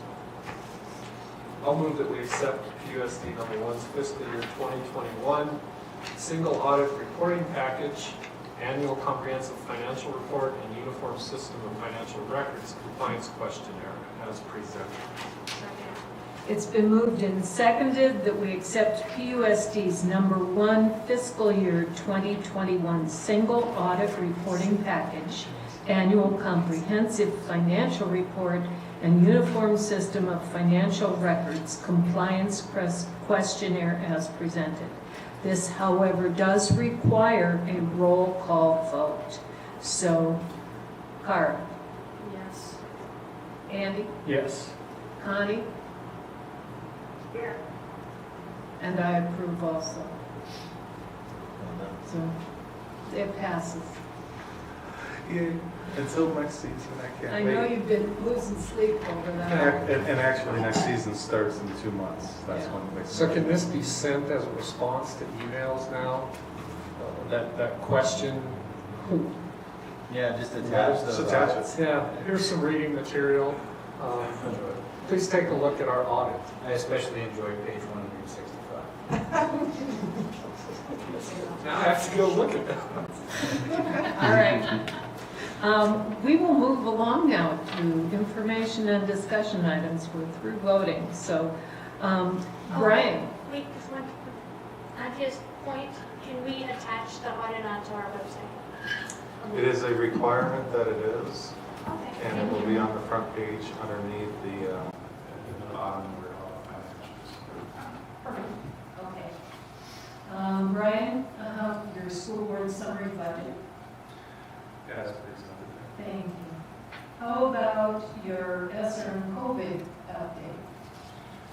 be a little brief. Since the last meeting, schools have gotten their allocation broken down by their 80 on average for this year. If you remember, we're allocating 1.5 million amongst the 7 schools, and then we're holding a $500,000 aside for building maintenance and repair that they can request. They have indicated what they would like to purchase with their phase 2 purchases. It is a lot of technology. There are some things like intercom systems that they feel is important that it's not working, or in areas it's not working. ITVs, Chromebooks, some curricular to fill in gaps. But they have looked through their capital items and prioritized what they want to spend their money on. And now it's getting quotes and then moving forward with them. Yes. And Marty? Well, as we know, ESSER money is to be used for helping with the effects of COVID.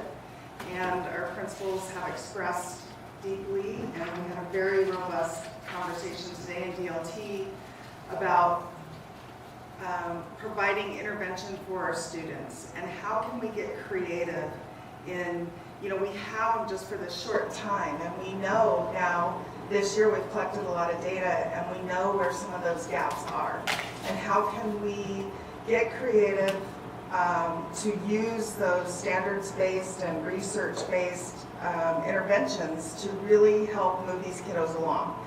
And what we're really thinking would be very helpful is to have a position that's a district intervention coordinator. This coordinator would work with each principal and the interventionist at the schools to develop new systems that might be used. We heard what Karen is doing with WIN, which was a very creative way within the day to schedule that intervention time. We want to look at Tier 1 supports. Tier 1 would be helping teachers at the classroom level with intervention with kiddos. Sometimes when we're teaching, it's so overwhelming.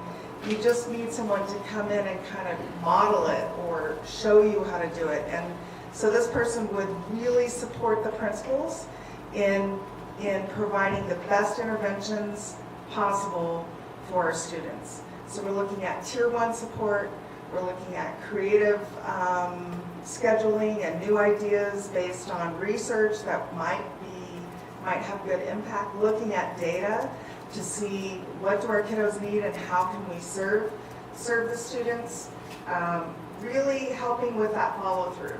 So sometimes we're able to get the data. Renee, who's presented to us, does a great job providing the data. And then we take it to the staff, and the staff digs in. But then what is that follow through? How can I help you? How can we make this work? Is it working? Let's look at the data again.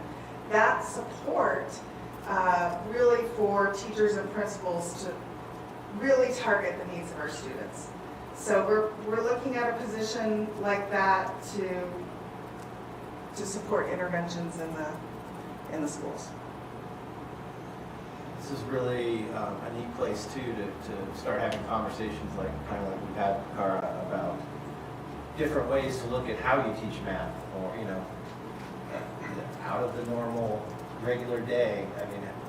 Where do we carve out some time to do some different things to really fill those gaps? So I think it opens some neat opportunities. I also see it too as a place where that person is really looking at leveraging ESSER monies over the next 2 years, possibly, instead of just saying to our teachers, these are the areas you need to fix it, and add that on top of teachers. How about we look at differently how we teach it, or we maybe even engage and bring in some more staff that are experts in those type of areas. Maybe some different coursework. So yeah, if we as we're starting to look at the data this year, after kind of last year being in-person, hybrid, virtual, back and forth, we're identifying some specific areas. Math is one. Math builds, the skills build, and so if there's a gap in those skills, how could we target that? How could we move them along? How could we be creative with algebra, which many kiddos do kind of okay till they get to algebra. We're seeing it in early literacy, like I talked about before, those kinders and first graders that were home, you know, that learning needs to be modeled and in person. We're seeing it with some of our fragile populations, our English language learners, our Title I students, our students with IEPs, homeless. We're seeing bigger gaps with those populations. And we believe they're capable, we have high expectations, but what we want to do is help our teachers deliver those services. Okay, any questions? Yeah, it sounds like a good thing. I just feel like sometimes we just decide to throw money at it, but we don't get any substance. You know, I'm a firm believer that we probably need to do a different curriculum, like a remedial math curriculum. That would be part of what this person would look at, is the curriculum, the resources, the diagnostics that really dive deep into what is that skill that's missing, you know. It's very, very hard as a classroom teacher. When I was in the classroom, you know, it's like, okay, well, you have homeroom and you're supposed to do intervention for math, but there's nothing, you're just drawing stuff out of the air. It's like, you have nothing to work on. Oh, they need fractions. Well, okay, what part of fractions? What am I going to pull for fractions? So it really needs some kind of structure. So, yeah, instead of. And I look at it like, here's a good example. You take someone like Rachel and say, we need you to live and breathe online school and create it. And so, if it's not going well, I'm going to go to Rachel and go, what's going on? So we've rarely done this, but the times where we said, this is a big enough issue to take an administrative type person and say, you're in charge of this. Because right now, I could ask Marty, I could ask Rachel, I could ask 12 different people. They're all working on, all our principals are working on this. All of our teachers are working on this. But it's just on top of everything they're doing all day. And we can identify gaps. We can assess and tell people where issues are. But you nailed it, Carl. I mean, so how do you implement that during a 30-minute homeroom that's made for interventions? We need to carve more time out for interventions. And this person too, we're going to, like we do everything, we're going to say, go get it, go figure this out, and we'll give you the resources that you need. But we're also going to trust them to come back and say, I want 4 math teachers across the district, I'm just making this up, to do these things. This is what's come out of these committees. I've heard it from the board. I've heard it. So this person is digging in deep to figure out how to supplement and support principals and teachers instead of just saying like, hey guys, here's the problem. Can you fix it while you're doing everything else? That's exciting. It is. Principals have a great time talking about it. They are passionate. Yeah. I will agree. Okay. All right, Marty, I understand you're going to do our COVID report. Yes. So I've been, you know, Alexa still's doing the work for us. She's just, you know, communicating it. She inherited it. Yeah, I don't think so. Current positives, we have 3 this week. We had no known positives last week amongst our students and staff. So we only have 3 right now. It's very low, very few students on quarantine. Pooled testing, we didn't do it last week because of the snow day, but the week before, all of our pools came back negative. Community metrics have really dropped. We're watching those, and we could move from high transmissivity down to moderate. So metrics are dipping down to where they were last summer. So that's good news. So across our schools, of course, CDC came out with some new recommendations that masks in schools could be, you know, we haven't had them, but across the nation that they could be lifted or eased up on depending on the community.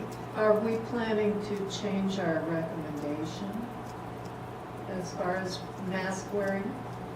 Well, I was gonna say we are loosening up on that recommendation. So you're gonna see more staff taking their masks off as long as we continue to have these low number of cases. And principals are starting to plan more events. They're asking about, Andy Minder, the student council wants a dance, gotta have a middle school dance. So we talked about just putting that in a bigger space, opening doors, but we feel like at this point, it's probably safe enough to have dance. So we're and that's good because it's end of the year. This is when we have all kinds of fun events and retirement, parties and those kinds of things. So Only fast dancing. yeah, no slow dancing. So that's it's really good news. I think the only thing I'll say is we are watching the Omicron variant, BA2. It's more transmittable, not more severe, harder to detect with testing. It has a new symptom that you don't typically see with the other variants, and that's dizziness. And but we are not seeing a surge. The immunity in the population from either having COVID or being vaccinated seems to be keeping it from becoming a surge. It might kind of delay, kind of extend that tail as we're dropping off from the Omicron. But right now, it's not a surge. Are there any changes, can we look forward to any changes in the close contact quarantining? Doing away with that? To keep kids in school. I would say we have been loosening up on that already. So what we're really trying to do is really just target if a kiddo is face to face, like 3 feet away, and this one's positive. We are kind of letting go of the ancillary strict 6-foot rule and really just targeting, the 2 kiddos that hang out all day long in class and at lunch, and where they're sitting right across from each other. So you're going to see our quarantine numbers are way down. Okay. And on coming back from quarantine, with the masking and is that all? 5 days. That's a good question. The last recommendation I saw was 5 days, so very short. Oftentimes, by the time we know about it, they're almost done with that 5-day quarantine.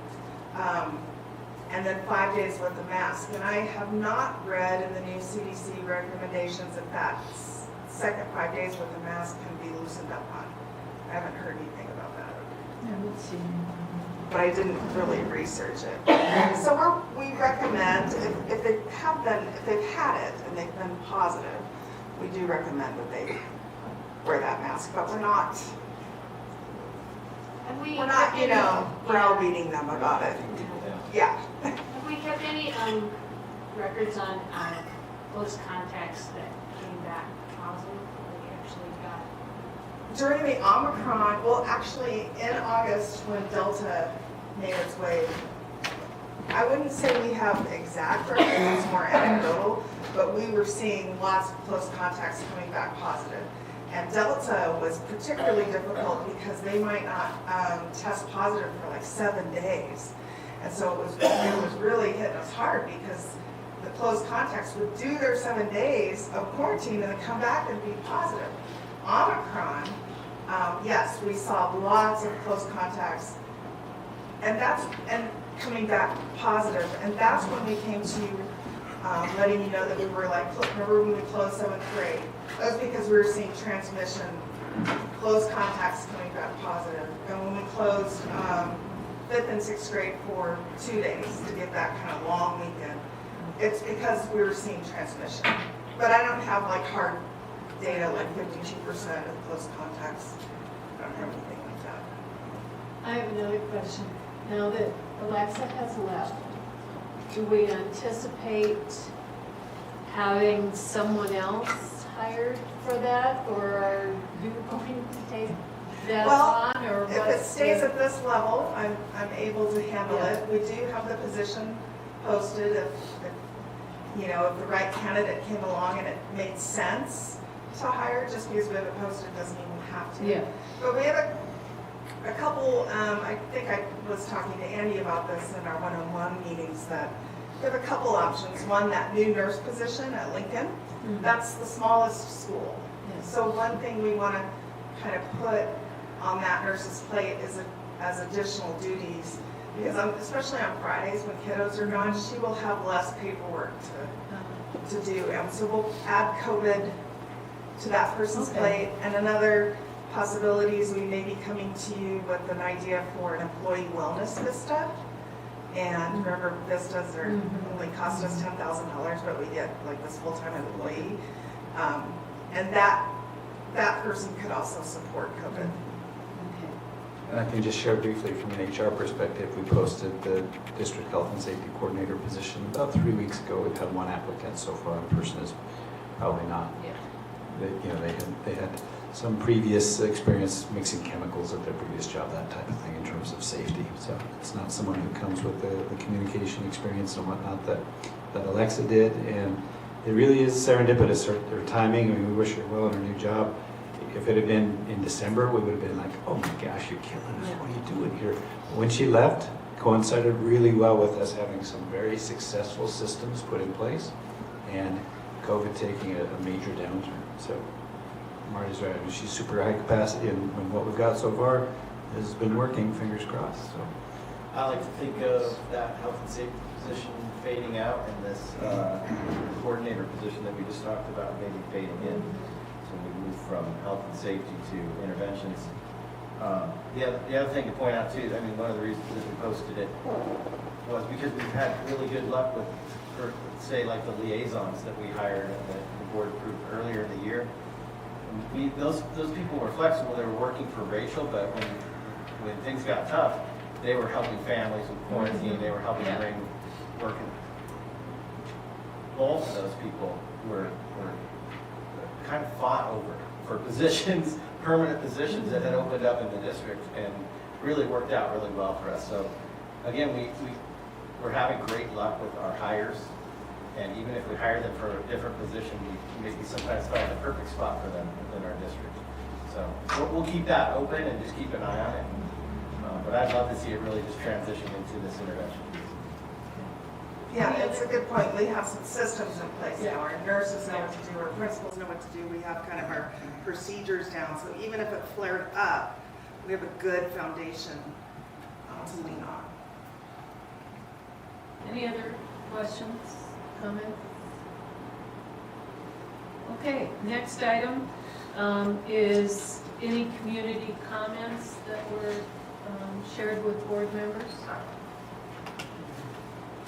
Mine were basically disappointment in the way that our elected state representatives voted against the ADL.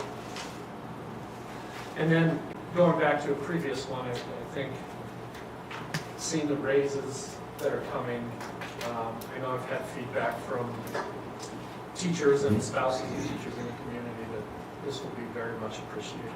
So. Sure surprised to hear that. All right. Finally, future agenda items. I'd like to maybe take one of our retreats and really dig into letting the board know how our schools are staffed and the staffing numbers and things like that. Okay. Anything else? All right. Our next meeting is April 5th, same time, same place. And just a reminder that we have spring break March 14th to 18th. So that's it. We are adjourned.